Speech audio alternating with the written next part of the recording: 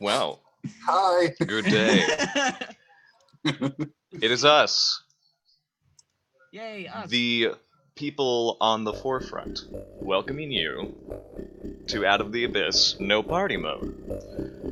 I hope everybody today is doing splendidly, and that is loud, and now it's not so loud, but it still sets that mood. I'd like to invite all of you to join us tonight for a trip into the Underdark. I'm also going to explain a few things before we start. Number one, this is Out of the Abyss No Party Mode, which means we're not going to be playing with your usual player characters. Instead of, working in complicated backstories or, some really special Mary Sues, which I'm sure none of these people would make, we're going to be jumping into the cams! Gotta fix the cams, guys, hold on. How you doing, Paradox? Paradox guy. Hey. Screwed everything up. He's good. Yeah, we got sorry. this. We got this. Oh, Let's wait. get- Get food. Yeah, I was eating a plain piece of bread and a protein shake, the breakfast of champions. Breakfast of Champions, I approve. Cheez-Its, I see that. Oh, wait, it's Raisin Bran. I'm sorry. Oop. Let me get this back down here. Drag you right here. Across my apartment to grab my computer mouse because it's never near me. Alright, you are huge right now, Abby. Let me fix you. There you go. I should always be huge. We're going. Yes. You're not that huge, Abby. Oh, Alrighty. And now we'll drag you down here. But let me make this a little bit. Oh There. yeah, I was huge. Yes. So, now that we are all here and we are all I would like to do one thing before we get into the recap on what happened last time, and just make a shout out to Indigo from Inkboard Design. I'll be popping this in here. You can go ahead and click that if you want an overlay or something of similar quality. Basically, this is the most amazing thing I've ever seen. And Yeah. I think if you want something similar, or you want something that is of this kind of high-tech quality, I would go forth and go to that little link for Indigo. He set us up marvelously. He's literally the best. Literally the best. And unfortunately, I lost the donation thing that we have going. I'm going to try to get that up again, but basically, we are taking donations to help fund a new show for the channel, which is going to be a Mouse Guard West Marches style campaign. If you haven't played the Mouse Guard role-playing game, it is by far one of the best ones I've ever played. And I am a big fan of it. So, for today, we'll jump right into the Underdark.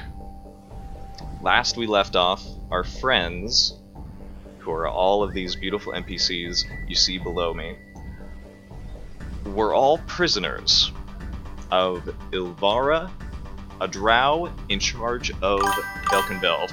Thank you, Toxic Blue Sky, for follow. That's me. Hey! Yeah! Thanks. Thank you now- for following whoop. this. Yeah, thanks, buddy. I like my bird. But Ilvara is a drow priestess of Lolth, if you don't know, a very mean goddess.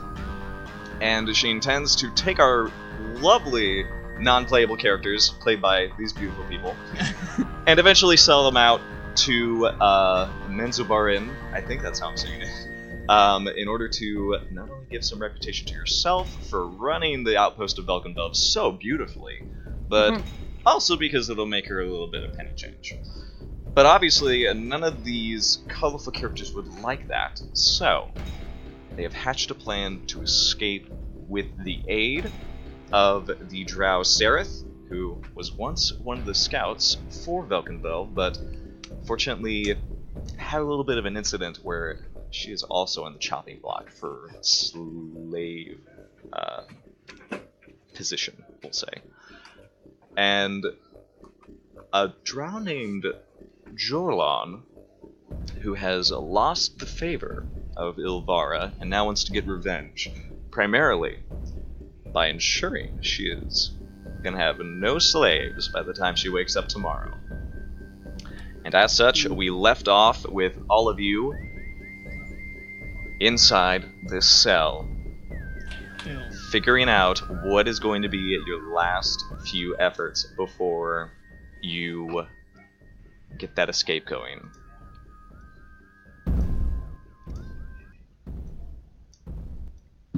So, what shall happen?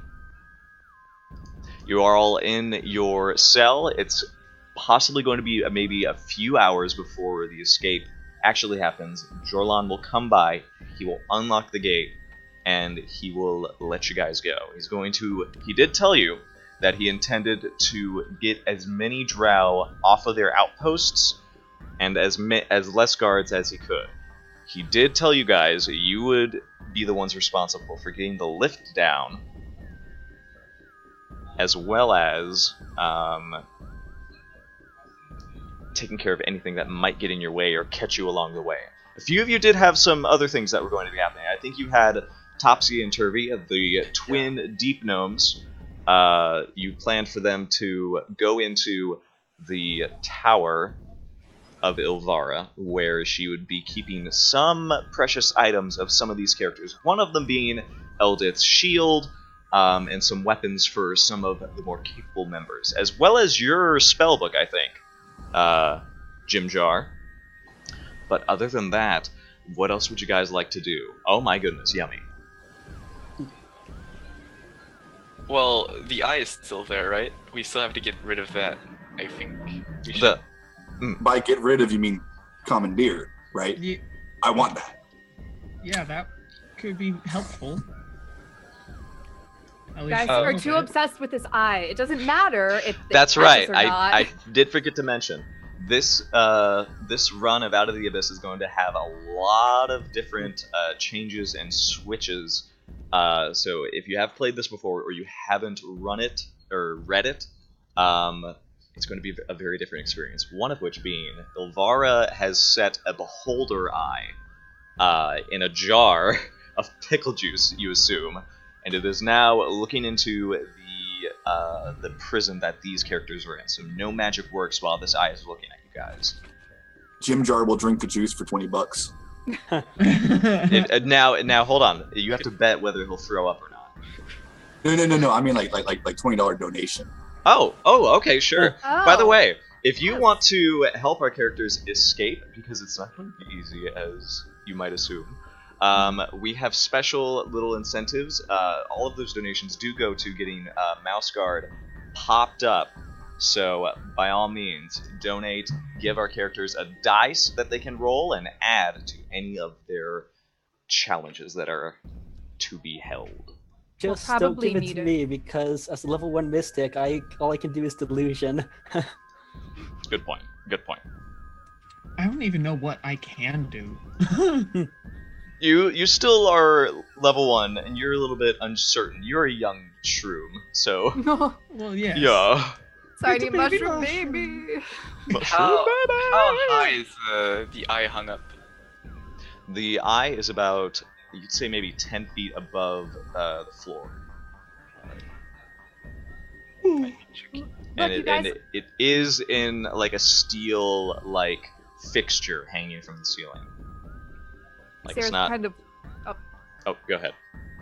Sarah is kind of looking around at you guys, like, regarding the eye and being like, we need to get the eye.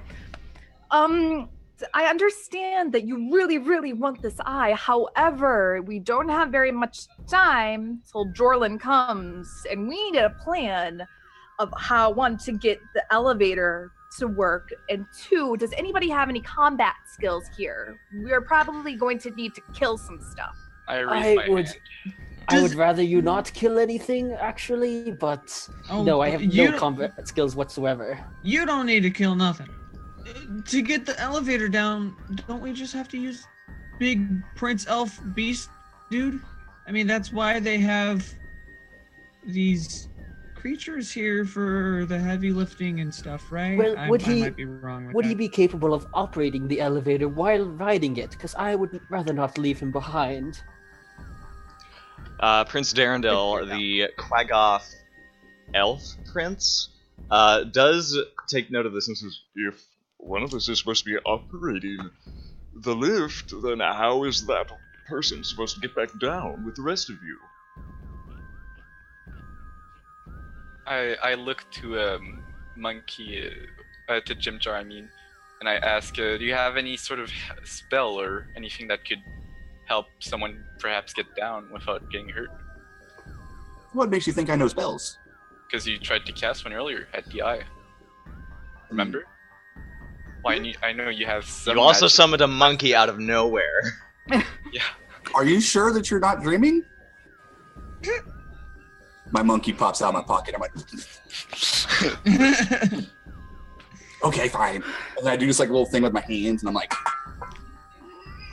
and Nothing happens because of the eye. It just crackles. It just crackles. Sarah kind of like holds her head like, if you guys are not willing to leave anybody behind, I guess if there's an extra Quagga, I might be able to disguise myself to look like a guard. Ooh. But Darendelle claps. He's like, that is an astute disguise and deception. I approve of this. Thank you, Darendelle. Now, does anybody else have any ideas, or is it just gonna be me getting us out? Ront, the orc, does a stand up. Well, listen. I'd say whoever's managing the lift, they can just run back and jump down the waterfall. Maybe it's not that deep. And Darendelle sort of narrows his eyes and says, that's a long fall. And we can't tell if that's a deep pool. I would rather not. No one's jumping in the waterfall. Oh no! Jim Jar kind of like does this little thing where like one hand kind of does this, but his magic hand that he like kind of summons, kind of does his other hand like, I don't know what we're gonna do to do this thing without, operating it like that. Maybe. Eldith does speak up and say, didn't you get some rope? I did. Well, can't we just use that? Maybe the person operating the lift could climb down the rope once we fix it to something. I kind of look at my hand. How far is it? Would my magic hand work that far? You don't know how far it is. It does look far. I'd say it's at least like maybe 50 or 60 feet. What would you need your magic hand for? You tie the rope at the top of the elevator, we go down the elevator, and then the person left at the top will go down the rope. We don't need magic for that. We need a strong hand to control this elevator. Are we sure the rope will be able to hold this person as that being is climbing down? That is a good point. That's a lot of weight. Eldith says that's a good point. Maybe instead of one really Oh, big it's guy. I'm sorry. It looks more like 100 feet. So if you want to dive in, please be my guest. Not a big deal. I wouldn't suggest it, but Eldith sort of looks to Jim Jar and says, "Do you?" Yeah, 30 feet wouldn't be enough. You just seem to be adept at magic. Is there something in your stupid wizard book that could do something? I'll tell you what. Wait. Let's all just hold hands and let's jump at the same time, and I will pray to the Lord Cthulhu that we don't smash into the ground. I'm not going to take that bet. Yeah, I bet that's not gonna work. Isn't there like? I bet you it will work. I'll bet you every penny that you make for the rest of your life that it will work. I have no need for money. Okay, good. Let's make the bet. I hold my hand out. Hold on. Let the mushroom talk. I'm not too sure on how this elevator thing works. But isn't there something that has to hold the elevator, like a rope that is attached to the elevator that goes up and down? If there's already a rope there that carries a big weight, can't the person just climb down that rope? Good point. We could just cut the rope Why would we would cut you the cut the rope? so they can't get us. They can't come after us. I'm telling you, you guys just need to trust in me. Let's just jump. Come on, you ready? Ront says, actually, we do have to consider. Right now, we're just assuming we won't get caught. What happens if somebody actually does notice? Or worse, Jolan sets this all up. What if he betrays us? Then we kill as many people as we can while we die. Well, Why would he if we betray are- us? Yes. Because he's a drow. Says the drow. Yes. Yes. I mean, speaking from experience, I bet. Mhm. If we he kick wanted it, to kill us, he could have just done We're it. all, well, we're all dead anyway, basically. So what I'm more not do we dead. have to lose? excuse me, if we take it as a slow pace and are only encountering one guard at a time, I can easily disable one guard non-violently.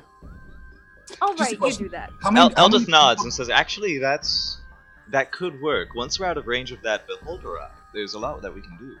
How many people do we have, including the NPCs that we're getting out of here?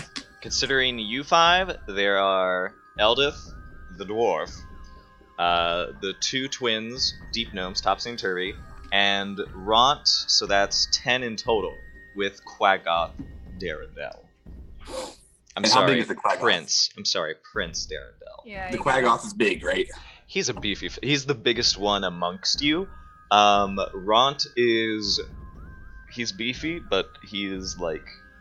He doesn't have the width and the power that the Quaggoth brings. Okay, so Like you'd think he's probably he'd be more of a threat if he had an axe in his hand. Wow. no, that's not what yeah. I was wondering for. I was wondering for other purposes completely. You guys Everybody get on the scale. Right? You guys are probably going to wind up like really hating Jim Jar in about 3 seconds because he's going to take his little shank and he's going to start like sawing to cut the rope on the elevator. We're not even to We're not the in the elevator elevator. yet. We're still in the cell. Wait. I thought we got out of the cell and went to the elevator. No. it had- No, we It's were still like No, 3 friend. hours till what's his face comes back. It's a few hours, like at least maybe 3 hours. Well, Because- I'm not telling the people what his plan is going to be. He's just going to make sure that you guys trust him, Mm-hmm. and he's going to take care of everything. Well, else. I'm not trusting him now after that. What? I don't have. I mean, I obviously. I thought for some odd reason I thought we were at the elevator already. Ooh. Ooh. What about Mushroom's plan? Can we just get Prince Durandil to operate the lift and then climb down the lift rope? Darendel says, I have no doubt that I can get down that rope, no problem. I have the grace of a sun elf. Yes, Darendel is an elf. They are very adept at climbing trees and such. It's true. I could show you But if we had a isn't he tree, not an but elf? we He's don't. the He's But a he's- quaggy, but he may or may not be an elf. I still say if you He guys gives just you a want to very trust me, confused look. we And can- he's That He's a was out of bomb. character. That was out okay, of okay. character. I was gonna say he starts pouting Quaggy. No. Sorry. because that he reaction was totally legitimately me. believes he is a elf The prince, prince. and he has given you plenty of information about it. Oh, Jim yes. Jar does speak up again and tell you guys that like if you guys just want to trust me, we can just literally jump off the edge. I promise everything is going to be fine. You see, It may be fine. It may be fine for you, but with a body structure like me, Mm-hmm. It'll be Todd, fine. a smaller fall Quaggy will kills just hold you. me than for you. here's what's gonna happen. Quaggy will hold you. I promise. Here's what's gonna happen. Topsy, the female deep gnome, is going to insight check you right now, and she wants to understand what your plan is going to be. Okay. Essentially, like, are you literally just pulling their legs or what? Oh, he has a plan. Okay, so from this roll, do you think that she would be able to ascertain? Oh my God, he's being serious. I will PM you Oh, okay. what my plan is, so you can decide your knowledge on your own. I'm actually going to use Discord if you don't. The whispers. A Discord directed message. Has everybody forgotten that I can just pretend to be a guard and we could get another Quaggoth? I could order a Quaggoth to take us in the lift. Right. I have been suggesting this from the start. If there's a cell full of like 15 of these big hairy beasts, why don't we get them to fight with us? They're not going to fight with us. However, if I can convince them that I'm a guard leading other prisoners... Durandal crosses his arms and says, well, why not? It would just take a very charismatic leader.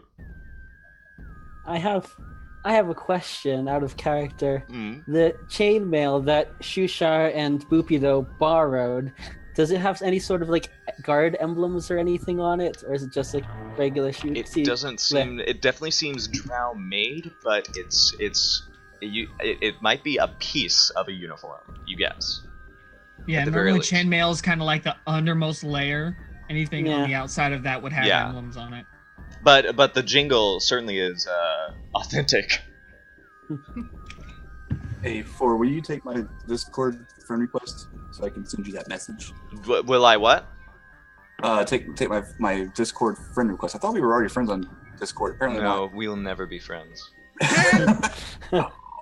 All right, it's done. I think I know what you're planning. I know. Yeah. I put it in the notes for that. There's only one problem with that. I'm gonna wait until it's over, but we'll confirm whether it's possible. So here, I'm gonna message you the other part of that plan too. That might be what you're thinking about being a problem. The thing that you think is a problem is not really gonna be a problem. Let me explain. I almost want to just talk about it because then everybody can be like, ah! I want to know. I don't like secrets. Yes, that is true. For the rest of you, it's literally going to be 3 hours of waiting. So if you want to do anything in the meantime, you totally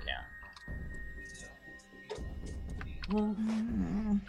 Well, I have some idea of where they clean the guard uniforms. At the very least, if we don't encounter any guards who are willing to give up theirs, we could just go there and grab a clean one.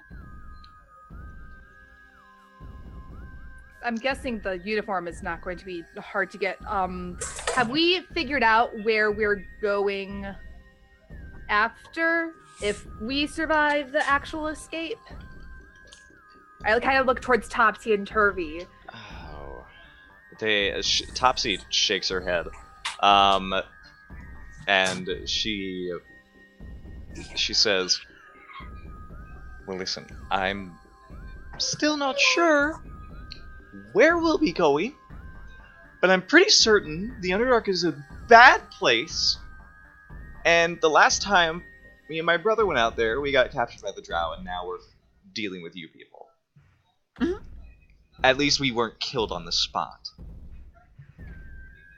And Turvy perks up and says, "Could be a team." A what? A team. A tea? A teeth. He has broken teeth, so that's why it's sort of hard to... Yeah. Okay. Yeah, I don't... Well, where are you all going? She says, pointing to, I don't know, someone.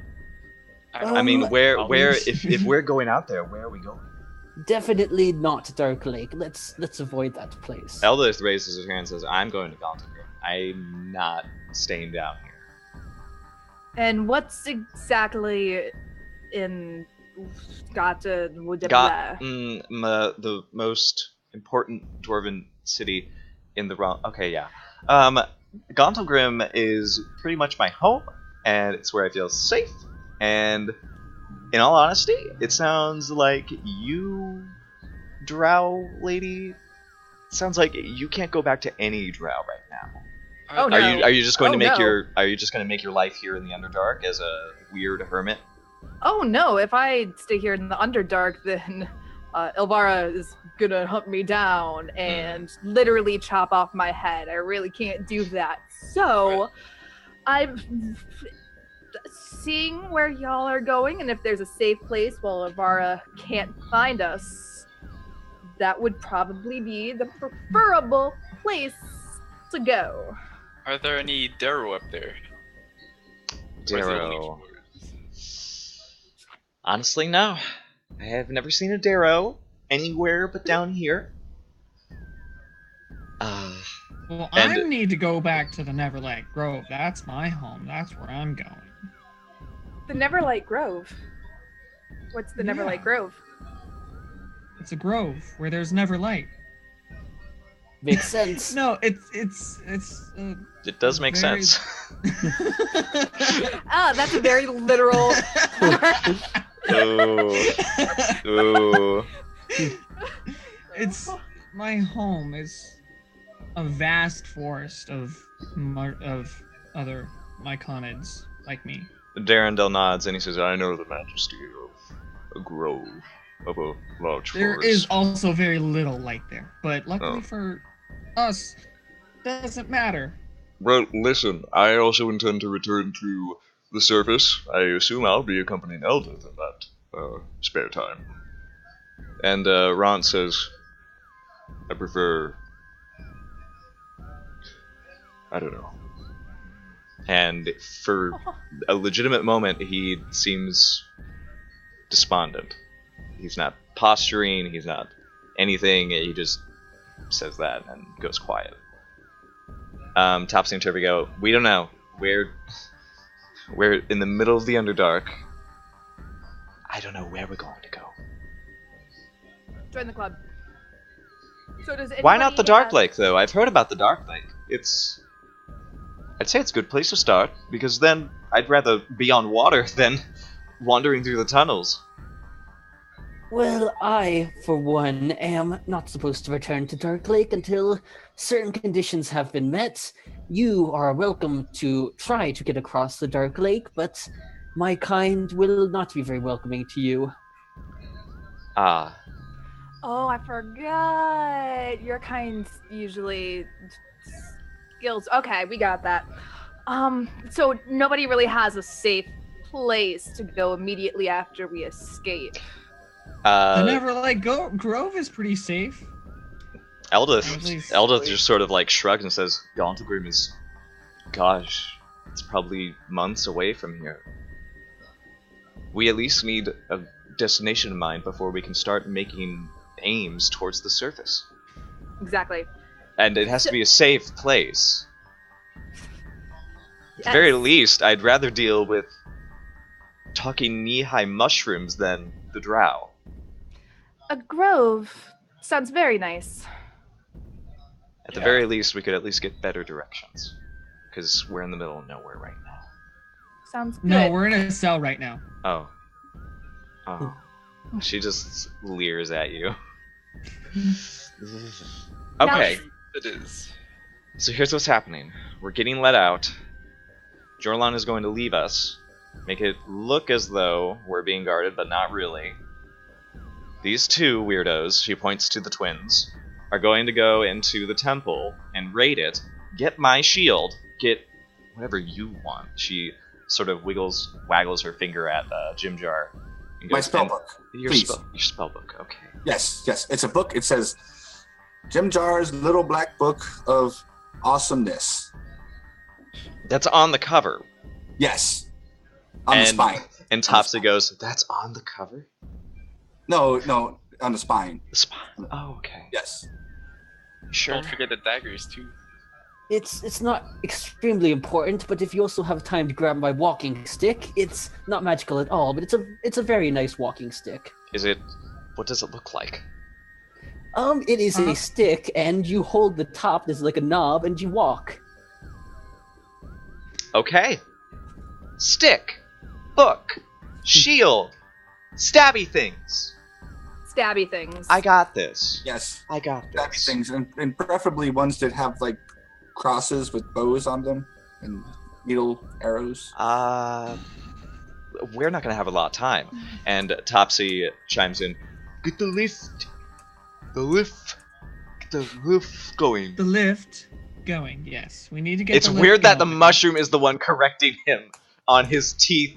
Because because I can hear what he's thinking he's saying. Yes. We need to break the lift. Okay. Right, but we need to get down the lift before we break the lift, preferably. Otherwise, we're going to have pursuits, Darendelle says. And we want to slow that down as best we can. We're Well- going to have pursuits either way, just so everybody knows. Well, I'd like a Well, head start. we can really stir them back a good bit by breaking the lift. Mm. And if you all would just trust me, like I said, I will bet you the rest of the money for the rest of your life that I can get you down safely. Well, seeing as That's we... not what you said at first. What you said is we'll survive if we jump off the waterfall. And I don't think that's gonna happen. Now, I'm willing We will to... survive. You know what? Considering the hell we're going to have to go through, sure, I'll take that bet, says Eldif Feldrun of Gauntlgrim. Really? Sure. She Really? takes her hand. She takes her hand and shakes it. Thank you. What Okay. the hell? So, if that's the case, then everyone can go down the lift. Jimjar, Eldith, you guys operate the lift and then jump off the waterfall. Actually, at this point, Shushar is kind of curious about what Jimjar is planning. He's also going to make an insight check. At advantage because of his aura sight discipline. Oh my god. Do it. What is going on? Oh shit, son. That's a 21. Yes, it is. Oh. Now, Should I to just reveal the plan to everyone, or do you want to tell him one-on-one? No, I'm gonna let him know. Here's the thing, Mr. Shushar. Hmm. There are not many people as keen as you, Yes. and anybody else would probably think he's joking, and he's just trying to like either swindle someone or just brag. He seems to be taking it seriously. He seems fairly confident that if you follow his instructions and you jump when he says jump, you're going to reach the bottom alive. How long you're alive after you reach the bottom is a different story. But you certainly know that he is stressing the fact that he needs his spellbook. I do. Yes, this bet of yours, I suppose that if we fail, then you get the rest of my money for my life, which won't be long because we'll splatter on the ground, and if we succeed, my reward is getting to live. I see no reason not to take this bet. You shake his hand? Yep, I shake his hand with my big slimy catfish paw. Mmm. Ooh. That's gonna... Yeah. Brody. There's nowhere to wipe that. Yeah, I'm working on my head still wet. But at this point, we're going to skip a few hours ahead of time unless anybody else has anything else to say. No, just like in character, so it's not gonna fall for this. But like out of character, I know, Monkey, you have something planned. Okay. So here's what's gonna happen. Several hours go by. This is sort of nighttime, even though you can't tell that it's actually night. You have no idea. This is just the cycle that people go to sleep at in Velkynvelve. And you start to notice something happening outside the cell. Those of you who are not taking naps, you see there's always that glow of the torch and lanterns that are alight throughout Velkynvelve. Mm-hmm. You see something else, and it creeps into the cavern. And it is almost like a mist in a way, but this mist, it seems to glow with a blue sparkle. And as it sort of spreads throughout the cavern, it's you don't notice anything changing, but it just fills the cavern with this dim, bluish glow.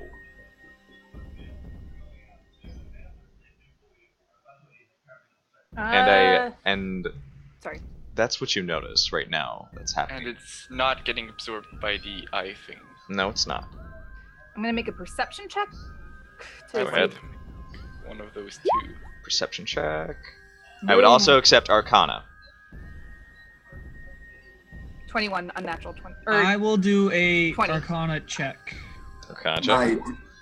My D2 was to see if I was awake. I rolled a 1, so I'm asleep. 22? Okay. So, those of you who made higher than 50... Oh god, monkey. So, I'm going to say, Abby, your perception check is going to give you a lot of information. That roll was for me being whether or not I was awake or asleep. I rolled a D2. Unfortunately, for Bupido, you don't... your time was not spent out in the Underdark, I feel, to really know what this natural occurrence is. For Shushar and Sareth, however, Sareth, you definitely know this as a unusual magical presence known as oh god, I'm gonna butcher this. Fairsress. Okay. And Fairsress is a pervasive presence of magic. You don't. Okay. The drow know about it, and some other creatures of the Underdark do use it, but they do claim it's something that is prevalent in the Underdark, and when it arrives, you just know that magic is very potent inside it.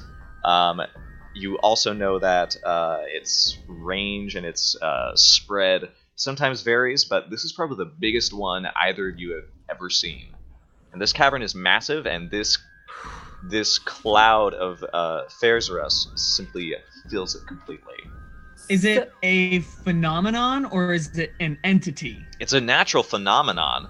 I'm certain that Stool has also experienced it from time to time in Neverlight Grove. But there's definitely something odd about it. Just because of how bright it is. It's dim, but the blue nature of it is a lot more potent. There's a lot of color to it. Oh, yes. Oh, yes. Would Stool know any kind of traits or, like, effects that this cloud has? Unfortunately, I think only, I think yours is only enough to, like, discern what it is. You, Sareth, and Shushar, do know... That's a 22 roll. Mm-hmm. Like, that's a straight roll, but then my Arcana is Oh, your Arcana 5. is massive. Okay, so you guys would know that the Fairsress does cloud... It disrupts magic in a way. Particularly if someone is trying to either magically move inside the like basically teleporting, or trying to divine someone's presence inside a cloud of Fairsress makes it terribly difficult, almost impossible. That's interesting. So any divination spells or teleportation spells quite honestly become null and void when in this place. But why is it here? You all see Jorlan approach. This scarred elite drow warrior striding forward with purpose as he quickly unlocks your cell, backs up, and without another word puts the key back in his pocket, drops another one down onto the ground, and beelines to the barracks, where he disappears inside. Oh, hi, Matt. Oh, okay. No, bye. Let's go. We gotta go. We gotta go. It's open. Topsy and Turvy look to you guys and say, okay, who's going where? We're leaving right now. Yes, go. We will meet you back. Sorry, I need to look at the map for a second. That's okay. So, again, you guys are way over here. Topsy and Turvy are going to be going over here. 5 is now, the elevator, right? 5. Actually, 1 over here is the elevator. Oh, okay. Yeah. This over here is where you would have to jump. Okay, so... I say, let me scout ahead for... Well, before Top's interview, Leo, I say, let me scout ahead for guards and such. Okay, give me a stealth and perception check in that case. Alright. Okay. In that case, let me go ahead and oops. Drop that there. Okay. All right. So where are you going to scout a bit? That way. Okay. So you step that way. You see that there are definitely drow inside. You think that this could be. You could like sort of scoot along the edge here to sort of get around. But there are 2 guards up above, and I'm actually gonna roll again because they're being distracted by Jorlon right now. Okay, still good. You move forward, and one of the guards on this tower, sort of looks down, and he definitely sees you moving. Outside this, you're moving outside the cell, right? Yes. Okay. So he sees you moving outside the cell, and he sort of pauses for a moment, and he disappears inside. Fuck. Yeah. And Topsy and Turvy are gone. They start moving quickly and immediately. Okay. Well, that was a failure. We need to. I'm gonna okay. try to. My character's gonna try to stick with Topsy and Turvy. Okay. You give me a stealth check. I can do that.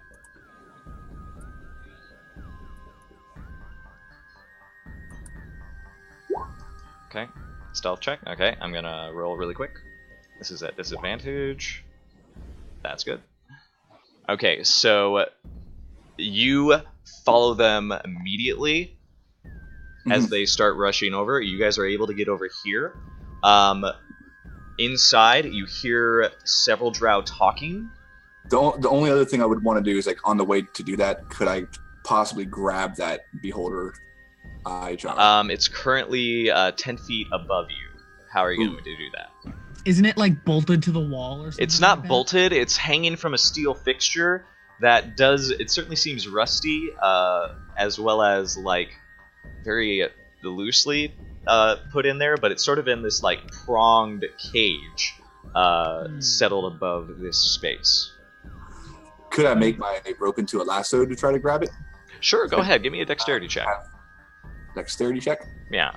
Or maybe a strength check, maybe. Because what are you trying to do? Are you trying to pull it down, or are you trying to climb up there?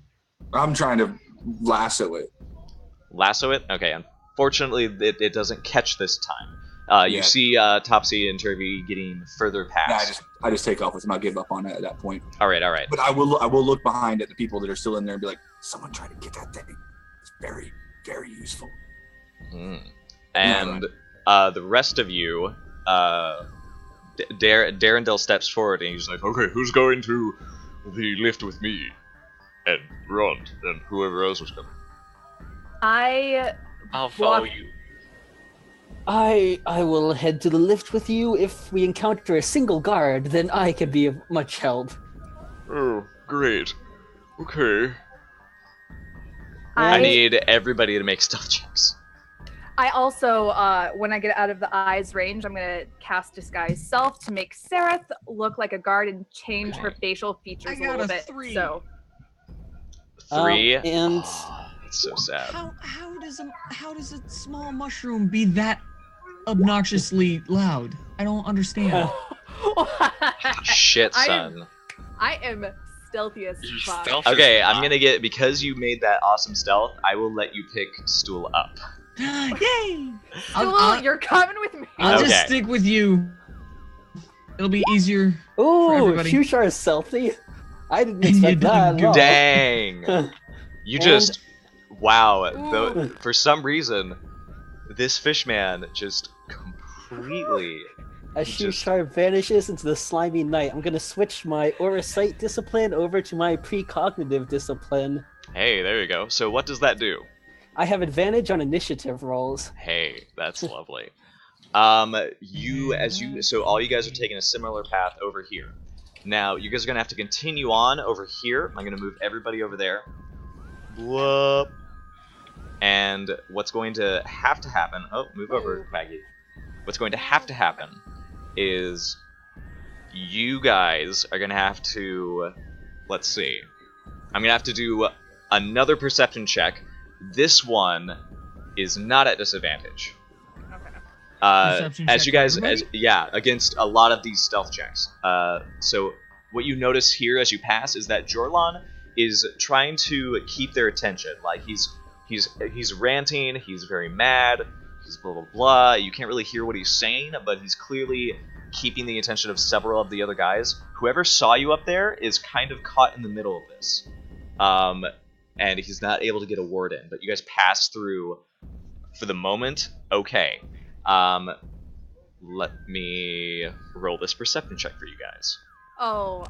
Wow, perception. that's was pretty easy. crappy. So what's going to happen is you guys are going to be able to get over here, and you'll be able to drop over to the lift in Area 1. Okay. Now, the only trouble with this is that, Jimjar, you, Topsy, and Turvy are going to go into this tower. And currently there are 2. Woo! 1 second. Let me check the number again. 68. Okay. So there's basically 2 floors. There's an upper floor and then a lower floor. You don't know which one is Ilvara's quarters. Give me a perception check. You do see on the base floor, through the open archway, is what looks like a temple, almost like a very haphazardly built shrine to Lolth. You see the altar, but thankfully you don't see the woman herself. You also know that there is someone inside. Holy shit. And you hear footsteps coming towards you. By the way, a lot of people just sort of like tiptoed by. That's a lot of bodies moving. So, you see someone inside starting to come forward. You hear above you in the upper floor. Let me make sure about this. Oh wait, I was wrong. On the lower floor is how do I put this in a PG way? There's some fun going on down below in the place below.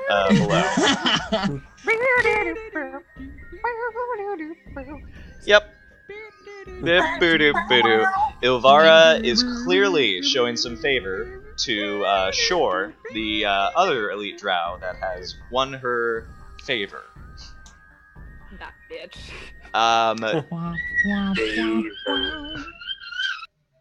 Now then, would you like... Now, you probably only have a few seconds. Do you go up, or do you continue following the rest of the group? Because literally, there are footsteps coming towards you. So you're talking about to Vira's room? Yes, you know that there are people down below you, so going down there is probably not good. It definitely sounds like Ilvara having whatever. But upstairs, there is a possibility that is her room, but you can't be certain. But I do know that my gear is in Elvira's room. You do know that Ilvara keeps whatever she took from you guys when you were captured inside her room. And I'm going to try to get there. Slaughter her while she's doing the dirty. Get in there to get my book. All right, you move up into the stalagmite, and you come into a room. This room is like a penthouse suite. There is, quite honestly, like the biggest, softest bed you can imagine, right in the back of the room, you see several drow antiques and furniture. She has made this room as luxurious as she could possibly make. The only thing she couldn't fix was that it was 100 feet off the ground in a stalagmite hanging from the ceiling. So a large, you could round waterbed with a leopard print blanket. There you go. There you go. The finest Quaggoth hide you can get. Right? So Jim Jar sits there in the doorway of the room. Is kind of like, Make an investigation check. Time to bleach your eyeballs. Investigation. Okay.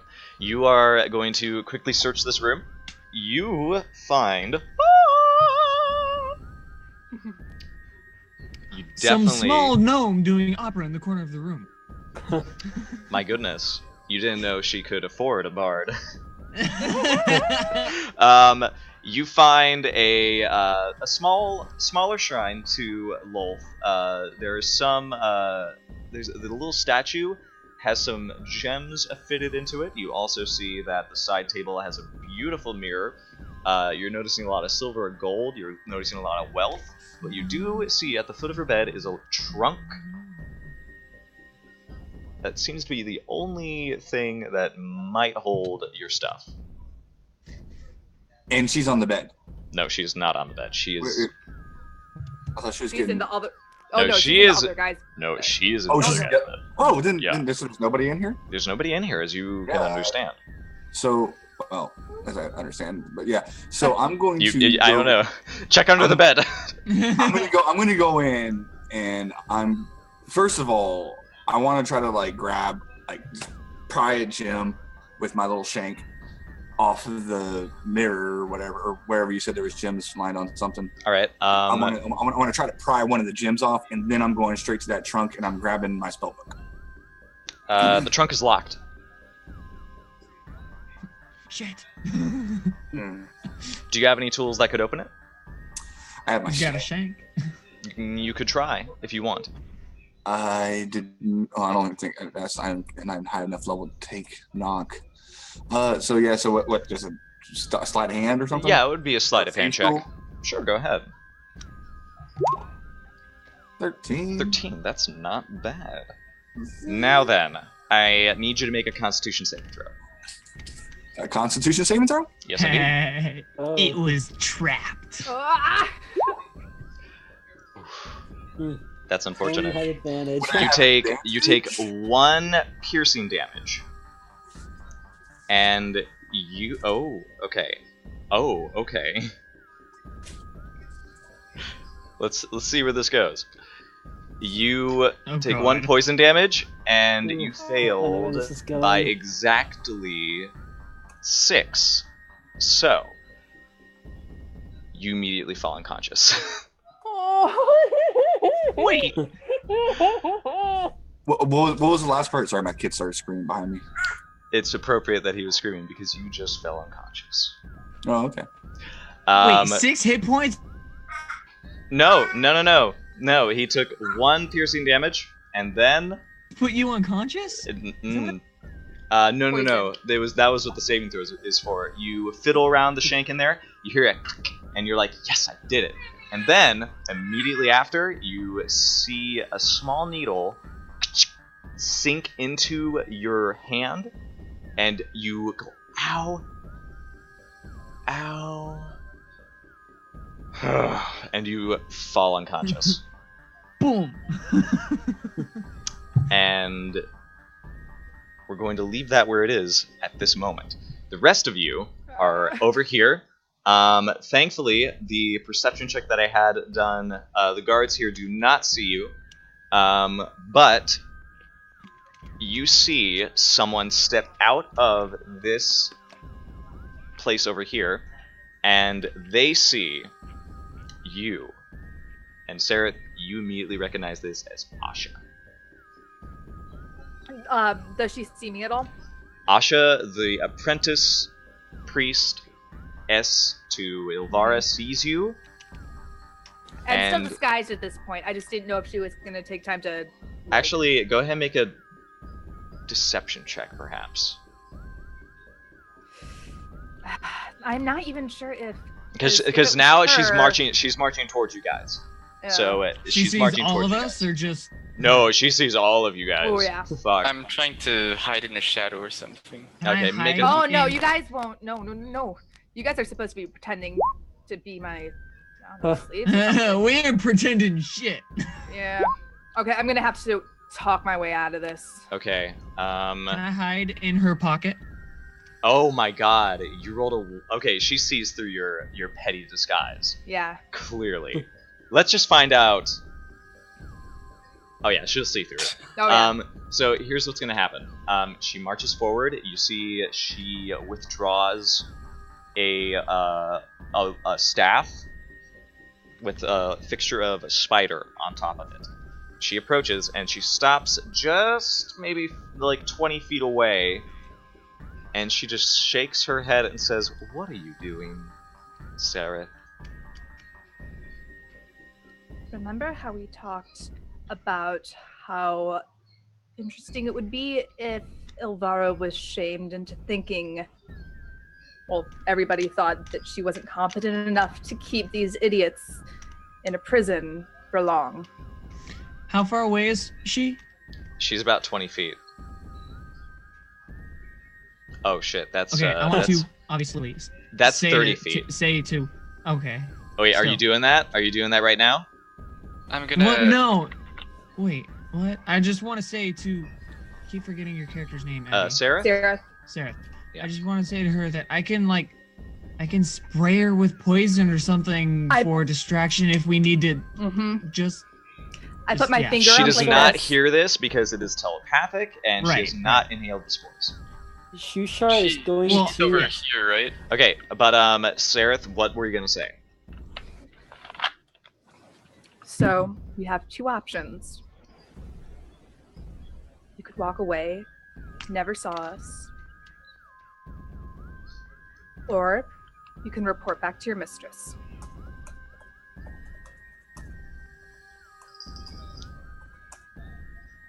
Make a persuasion check. Come on. 17. Yeah. She tilts her head, and you see her just gently stroke the staff, almost pondering.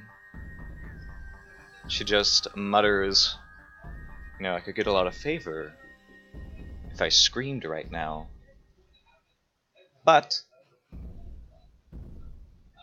sometimes it's better to pretend to be invisible. And she turns back, and she walks into the shrine, and Sarah, you see all the way back here, Mm-hmm. you see a flash of light. Mm-hmm. You can't really make out what happened over there, but there is, because this stalagmite right here is in the way.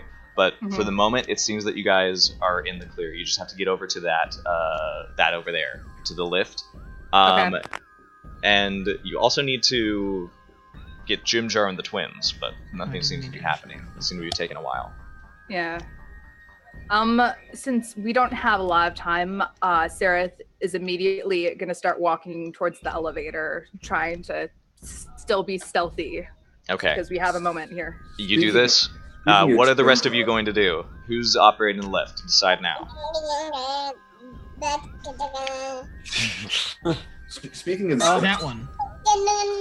Mm-hmm. Speaking of Chimjar, would Mr. Wiggles be unconscious too? Yes, or he would be dispelled, I think.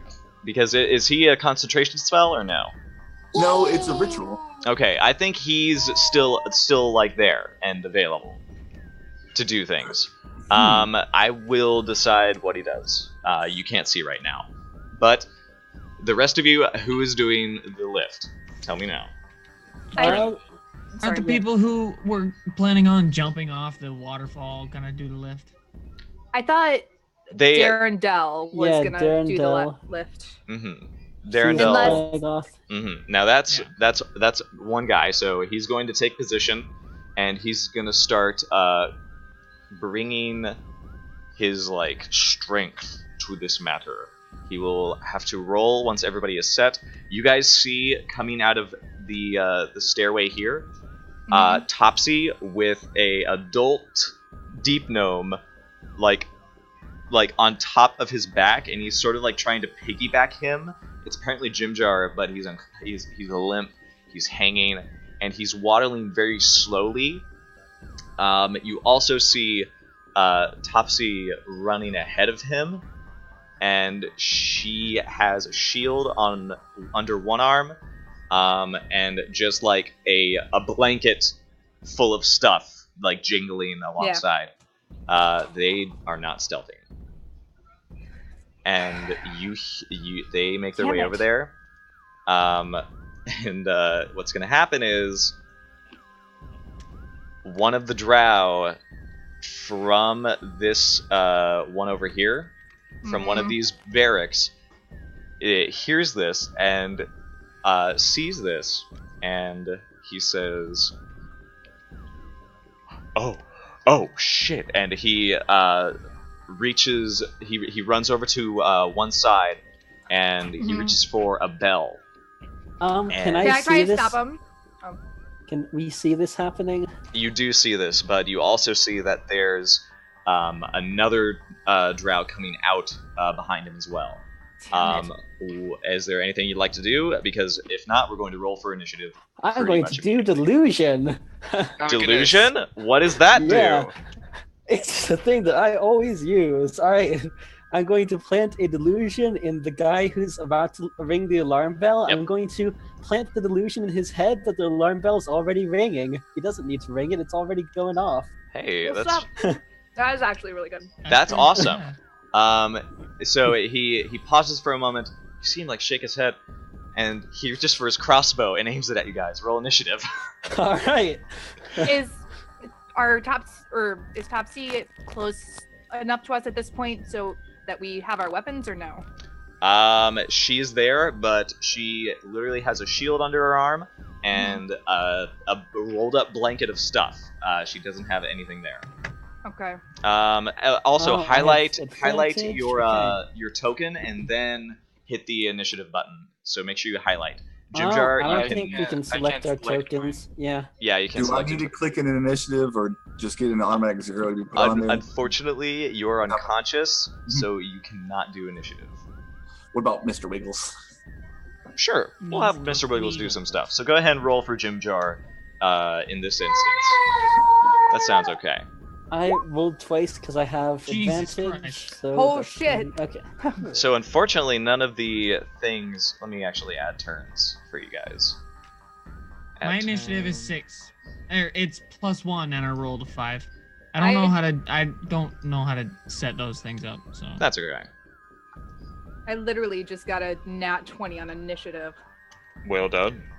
Of course I did. Okay, so what's your total initiative that's in gonna that be case, the only Sarah? nat 20 all night. 23. I'm Boopido got 18. 15. Shushar got 18. 23. This is lovely. These are good initiatives, guys. Well done. Alright. Give me the only nat 20 ever. The rest of my rolls are just shit. 15 for Mr. Wiggles. And still got 5! Yay! I'm No, also 6. going... Oh, Technically. 6? Okay. I'm going to add just a regular old initiative. Let's actually do this guy. He'll be the NPCs. So let's roll for... I'm just going to do a general roll for the NPCs. Yeah. That we are... Oh, okay. That's okay. Alright. And then... Hey, so I clicked on an initiative. I dragged my token out to do it, and then I deleted the token and I took my initiative off. So I re-rolled it and put a token back in there for me because I couldn't access the one that you had right there. Oh, I hear you. That's fine. So that should actually be a lower number than what actually appears. I think this is going to be all set in just a moment. And let me add a turn. Reaction. I'm gonna need 3 of these.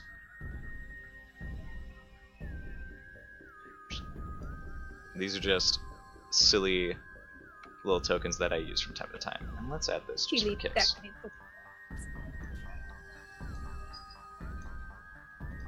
Alright. I'm going to love this. We're going to also do initiative for everybody. 12 for these. And I love it because you don't know what these things are. 17, okay. The 10. stars themselves, they're trying to impede our progress. Okay, let's get them set up in descending order. Sereth, you are first, and I want to start off by making a perception check. Okay. Oh, perception. Oh no. Oh no. Yeah, I failed. Unless I got advantage. Unfortunately, no. And you... I'll say this. I'll say this is how it's gonna go. You clearly see the Fairsress is beginning to bubble. And that's a very odd thing to say, but this Fairsress begins to bubble. And very quickly, you see these... It's hard to say because there's a flash of red coarse light amidst the blue, and to your shock and horror are things emerging from this. And yes, you don't know exactly what they are, but one of them clearly has wings. Another falls down into the webbing, a hulking, like humanoid creature that immediately lets out a roar, a bellow that fills this cavern. 3 more of these flying creatures appear and immediately let out this shocking, like, screech that fills the cavern just as the drow begin to form. And then you see one appear right above you, and it falls down right on top of you guys. How big is it? It is about Quaggoth sized. It is, however, not. It definitely has. Let me actually get a picture because that's probably going to be the easiest way to get this image across. Is it classified as medium? It is. It is medium, but my goodness, it is the most uncomfortable medium you've ever seen. Let me get a picture for you. Where are you guys? There they are. Whoop. I'll be back in a second. I think there's a barbershop quartet right outside my window. What? Your microphone. Well then. Hey, Yeah. that's not too bad. Just a second. So you see one of these guys right up here just pop up and fall down right amidst your presence. Cool. Oh. And unfortunately, it was Sereth's turn, so we'll wait for a moment. Sereth, Quick, Your bring turn. them in. come back. We need It's your combat turn. music. Go. Your It was turn. there was totally a barbershop quartet. That's There's so right, cool. There's a gazebo like Wow. right across from my That's apartment, Wow, so they're that is having amazing. I was like, what do I hear? That's fine. Okay, so sorry, what's going on? Did you ever see that It's your picture I put up? Yes, the weird. The weird. Yeah. You see this thing. It is nasty. It is unlike anything you have seen in the Underdark before, and it is pissed off. And it is in the middle of you guys. You also see Ilvara, half dressed. What? Oh God! she's Come gonna up kill from us. below. Lower half or upper half? It is like she kind of just has her robe like draped over her. Aw, that's no fun. Whoa. You're a You're a tiny mushroom baby. month-old stool. Be quiet. But you see Shore. He is wearing underpants, and also has a scimitar in one hand as he comes up. And Damn it, you damn it, guys damn it. see they're witnessing this as well. So this is what you guys see, and this is what is in front of you right now. Nobody is on the lift. What do you do, Sarah? I don't know.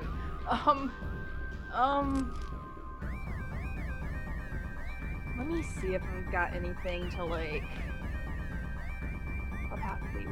You are a drow, so you do have a few things that you can do. Yeah. All right. Let's see. Okay. So, I don't. We're still not level 2. We're still just level 1. You're still just level 1, baby. No. Great old one page. Oh no, a level awakened mind. At first level, you can communicate telepathically with any creature you see within 30 feet of you. You don't have to share a language for it to understand you, but it must understand at least one language. It does. You can do telepathic things through my spores. You don't need a spell for that. As long as my It's spores not a are... spell. It's just it's something that I can do basically. Okay, so what will you do? I am going to try to talk to the big beast thingy that's right in front of us that's super mad. Alright, what do you say? I'm going to point to the drow and tell Elvira, and I'm going to like try to persuade the monster to like attack them. Like, these people are the reason that you're here. Okay. Those are the people you want to attack. Persuasion check with disadvantage. I believe in you. Okay, I got this. 9. Unfortunately, the only thing you hear in your mind and your ears is a bellowing right in your face. You still have movement and a bonus action if you want to use it. Okay, as a movement, do I want to go into the elevator and risk it? Sorry, I'm really Right bad now, at decisions. now you see Jimjar, who had the only other plan, unconscious on Topsy's back. I'm gonna And use Mr. my Wiggles beating his chest like, oh! Sarah, I guess. throw me at Jim Jar. I might be able to cure him if I can touch him. Oh. I reach into my pocket and I throw him Gently. I gently toss him at Jimjar. Okay.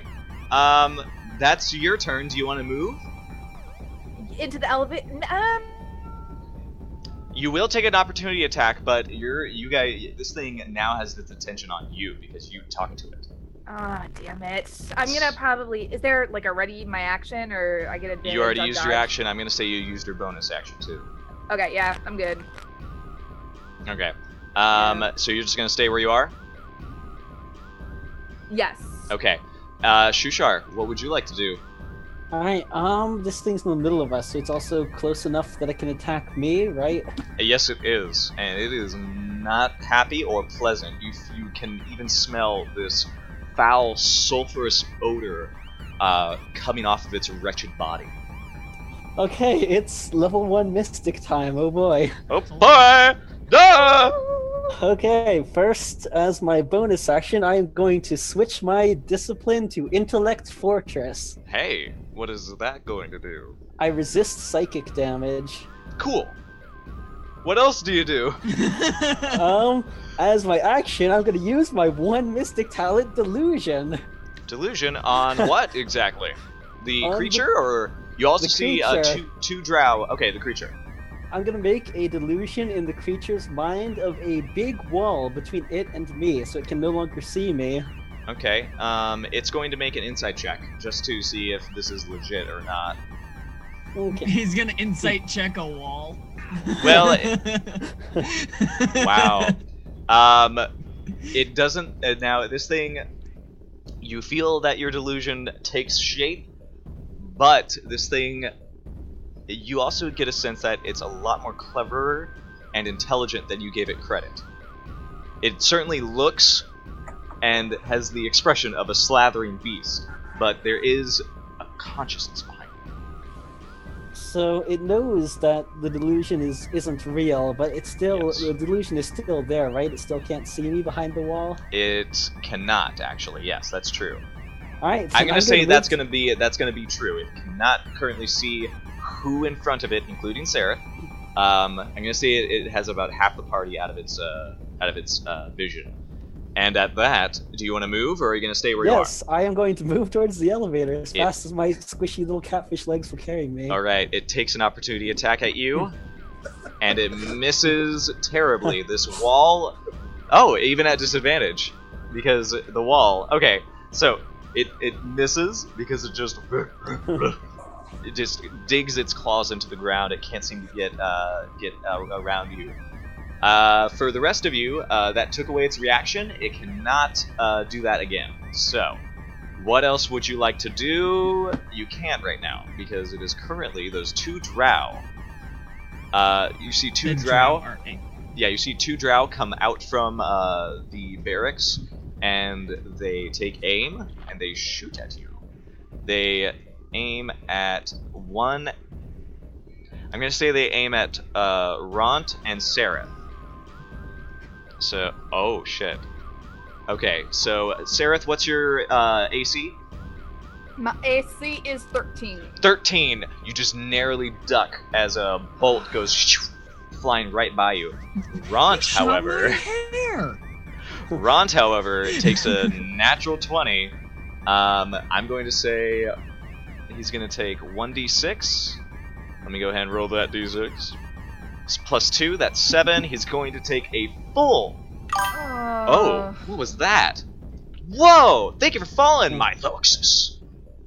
Welcome to whatever Hey, this is. thank Combat you. of most tragedy. Yeah, we're probably gonna die. 7, At least something 13 is happening. damage. Right, we're trying to get out. 13 damage. What does... Now, I wish I wrote down the orc HP. I'm certain he's going to survive. Just barely survives. Want me to look it up? No, I looked it up. Got it. Orcs have 15 health. He just took 13. He is also going to have to make a Constitution saving throw, which he passes. So he resists the drow poison, but he has taken a lovely amount of damage Yeah. and is nearly brought to his knees. The other drow misses, however. It is now Mr. Wiggles' turn. Oh my god. Yay! All right. So retroactively, Catch me! first, I gotta Catch ask me! a question. Sorry, what was that? Retroactively, I like to ask a question. While Jim Jar was in the room, digging out the gem and unlocking the thing, Mr. Wiggles maybe possibly saw the pillow in the bed and stuff like that. Started like jumping on that, being like, "Oh my god, it's so soft." Would there possibly be feathers inside the pillow? Absolutely. Okay, These so are imported Wiggles, from like, Menzoberran. Of claws course. at it a little bit, and all of a sudden like starts finding feathers. So then he grabs like one, and then I get unconscious, and he started trying to like feather me, but it's not working. But he still has the feather, and he's trying to do that to me right now. Okay, I gotcha. I don't think it's effective, but It's not. He's trying. He's trying. I'm Can just Mr. Wiggles try and trying catch to me, flavor please? something up too, especially something might happen in the future. Now, I'm going to tell you this. Mr. Wiggles did see Topsy grab the book with your spells in it. You also saw her grab a sword, 2 daggers, and the shield. And also two vials of pink liquid. Okay. And she just wrapped him in a blanket and just took them. So, So that's I'm what just, Mr. Wiggles knows. I'm just rolling something for myself just because I like to do random stuff. So this is going to be Mr. Wiggles. Like, does he think to do what I want to do? 10. 10? Okay. What do So- you want him to do? What I was wanting to do would be like, how close are we to the party, to the group, and everything? You guys are on the edge. I'd say Okay. you're within 5 feet of basically everybody. Has Turd, is it Topsy or Turd, whichever one, have they dropped the sack of everything? Topsy Yeah. kind of is like trying to. Right now, Eldith is trying to like wrench the shield from Topsy. So she's, I'd say, yeah, she's dropped the blanket. Okay. So Mr. Wiggles would want to run over there and try to like grab the book and start trying to drag Okay, it back I'd over his- say he does so. He knows how important that book is to you. Mhm. Can Mr. Wiggles not try and catch the flying mushroom going towards you? Because I have 9 health. He doesn't see. I mean, I'm worried that yeah, just the this light is happening toss across simultaneously. the So room. I'm I did a roll of 10, so I don't think I would maybe see So it. I'm going to say Mr. Wiggles has your book, and he returns. That's all for his turn, right? Yeah, pretty much. That's pretty much everything I could see him doing right now. All right. Boopido, what would you like to do? Ooh, I would like to try and use my action and dash to the lift. Dash to lift. All right. And yell at Durandil, get here. We need to get out of here now. We can't fight all of them. That's good. And you are the first one onto the lift. Now, this is the NPC's turn. Eldith arms herself with her shield. Ront, he looked like he was ready for a fight until he took that bolt. This seems to be something that happens a lot. He talks a big talk and then, whoosh, ouch, no thanks. And he hobbles over to the lift as well. So Eldith stays with her shield ready, and she offers the help action to, let's see, to Sereth next, just in case you need some help. Darendel sees what's happening, and he immediately tries to grapple the creature. Oh, That has Darendel. he tries to grapple this creature that has appeared in front of you guys, and it's +3. Nothing bad can happen to Darendel. Okay, he's able to successfully grapple this creature. Okay. It cannot move right now, and he yells out to all of you, "Go, get to the lift!" And tries to like wrestle it down to the ground to like pin it. Topsy and Turvy also go. Topsy gets all her blanket stuff. Jimjar, you were slowing Turvy down, so he's only able to make it halfway to the lift. He is lagging behind. But currently, Eldith and Turvy and Jimjar are the only NPCs not on the lift, except for some of you who stay behind. At that, this creature takes its first attack at Darendel. No! It Darendel's gonna get rolls. himself killed. I know it.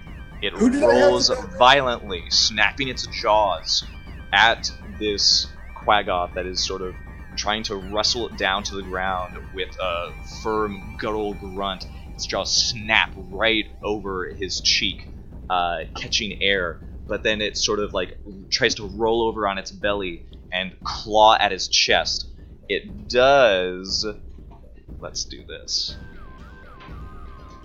Alright, it does 6... Yep, it does 6 damage to Darendel. And you definitely see fur and blood start to mix onto the floor.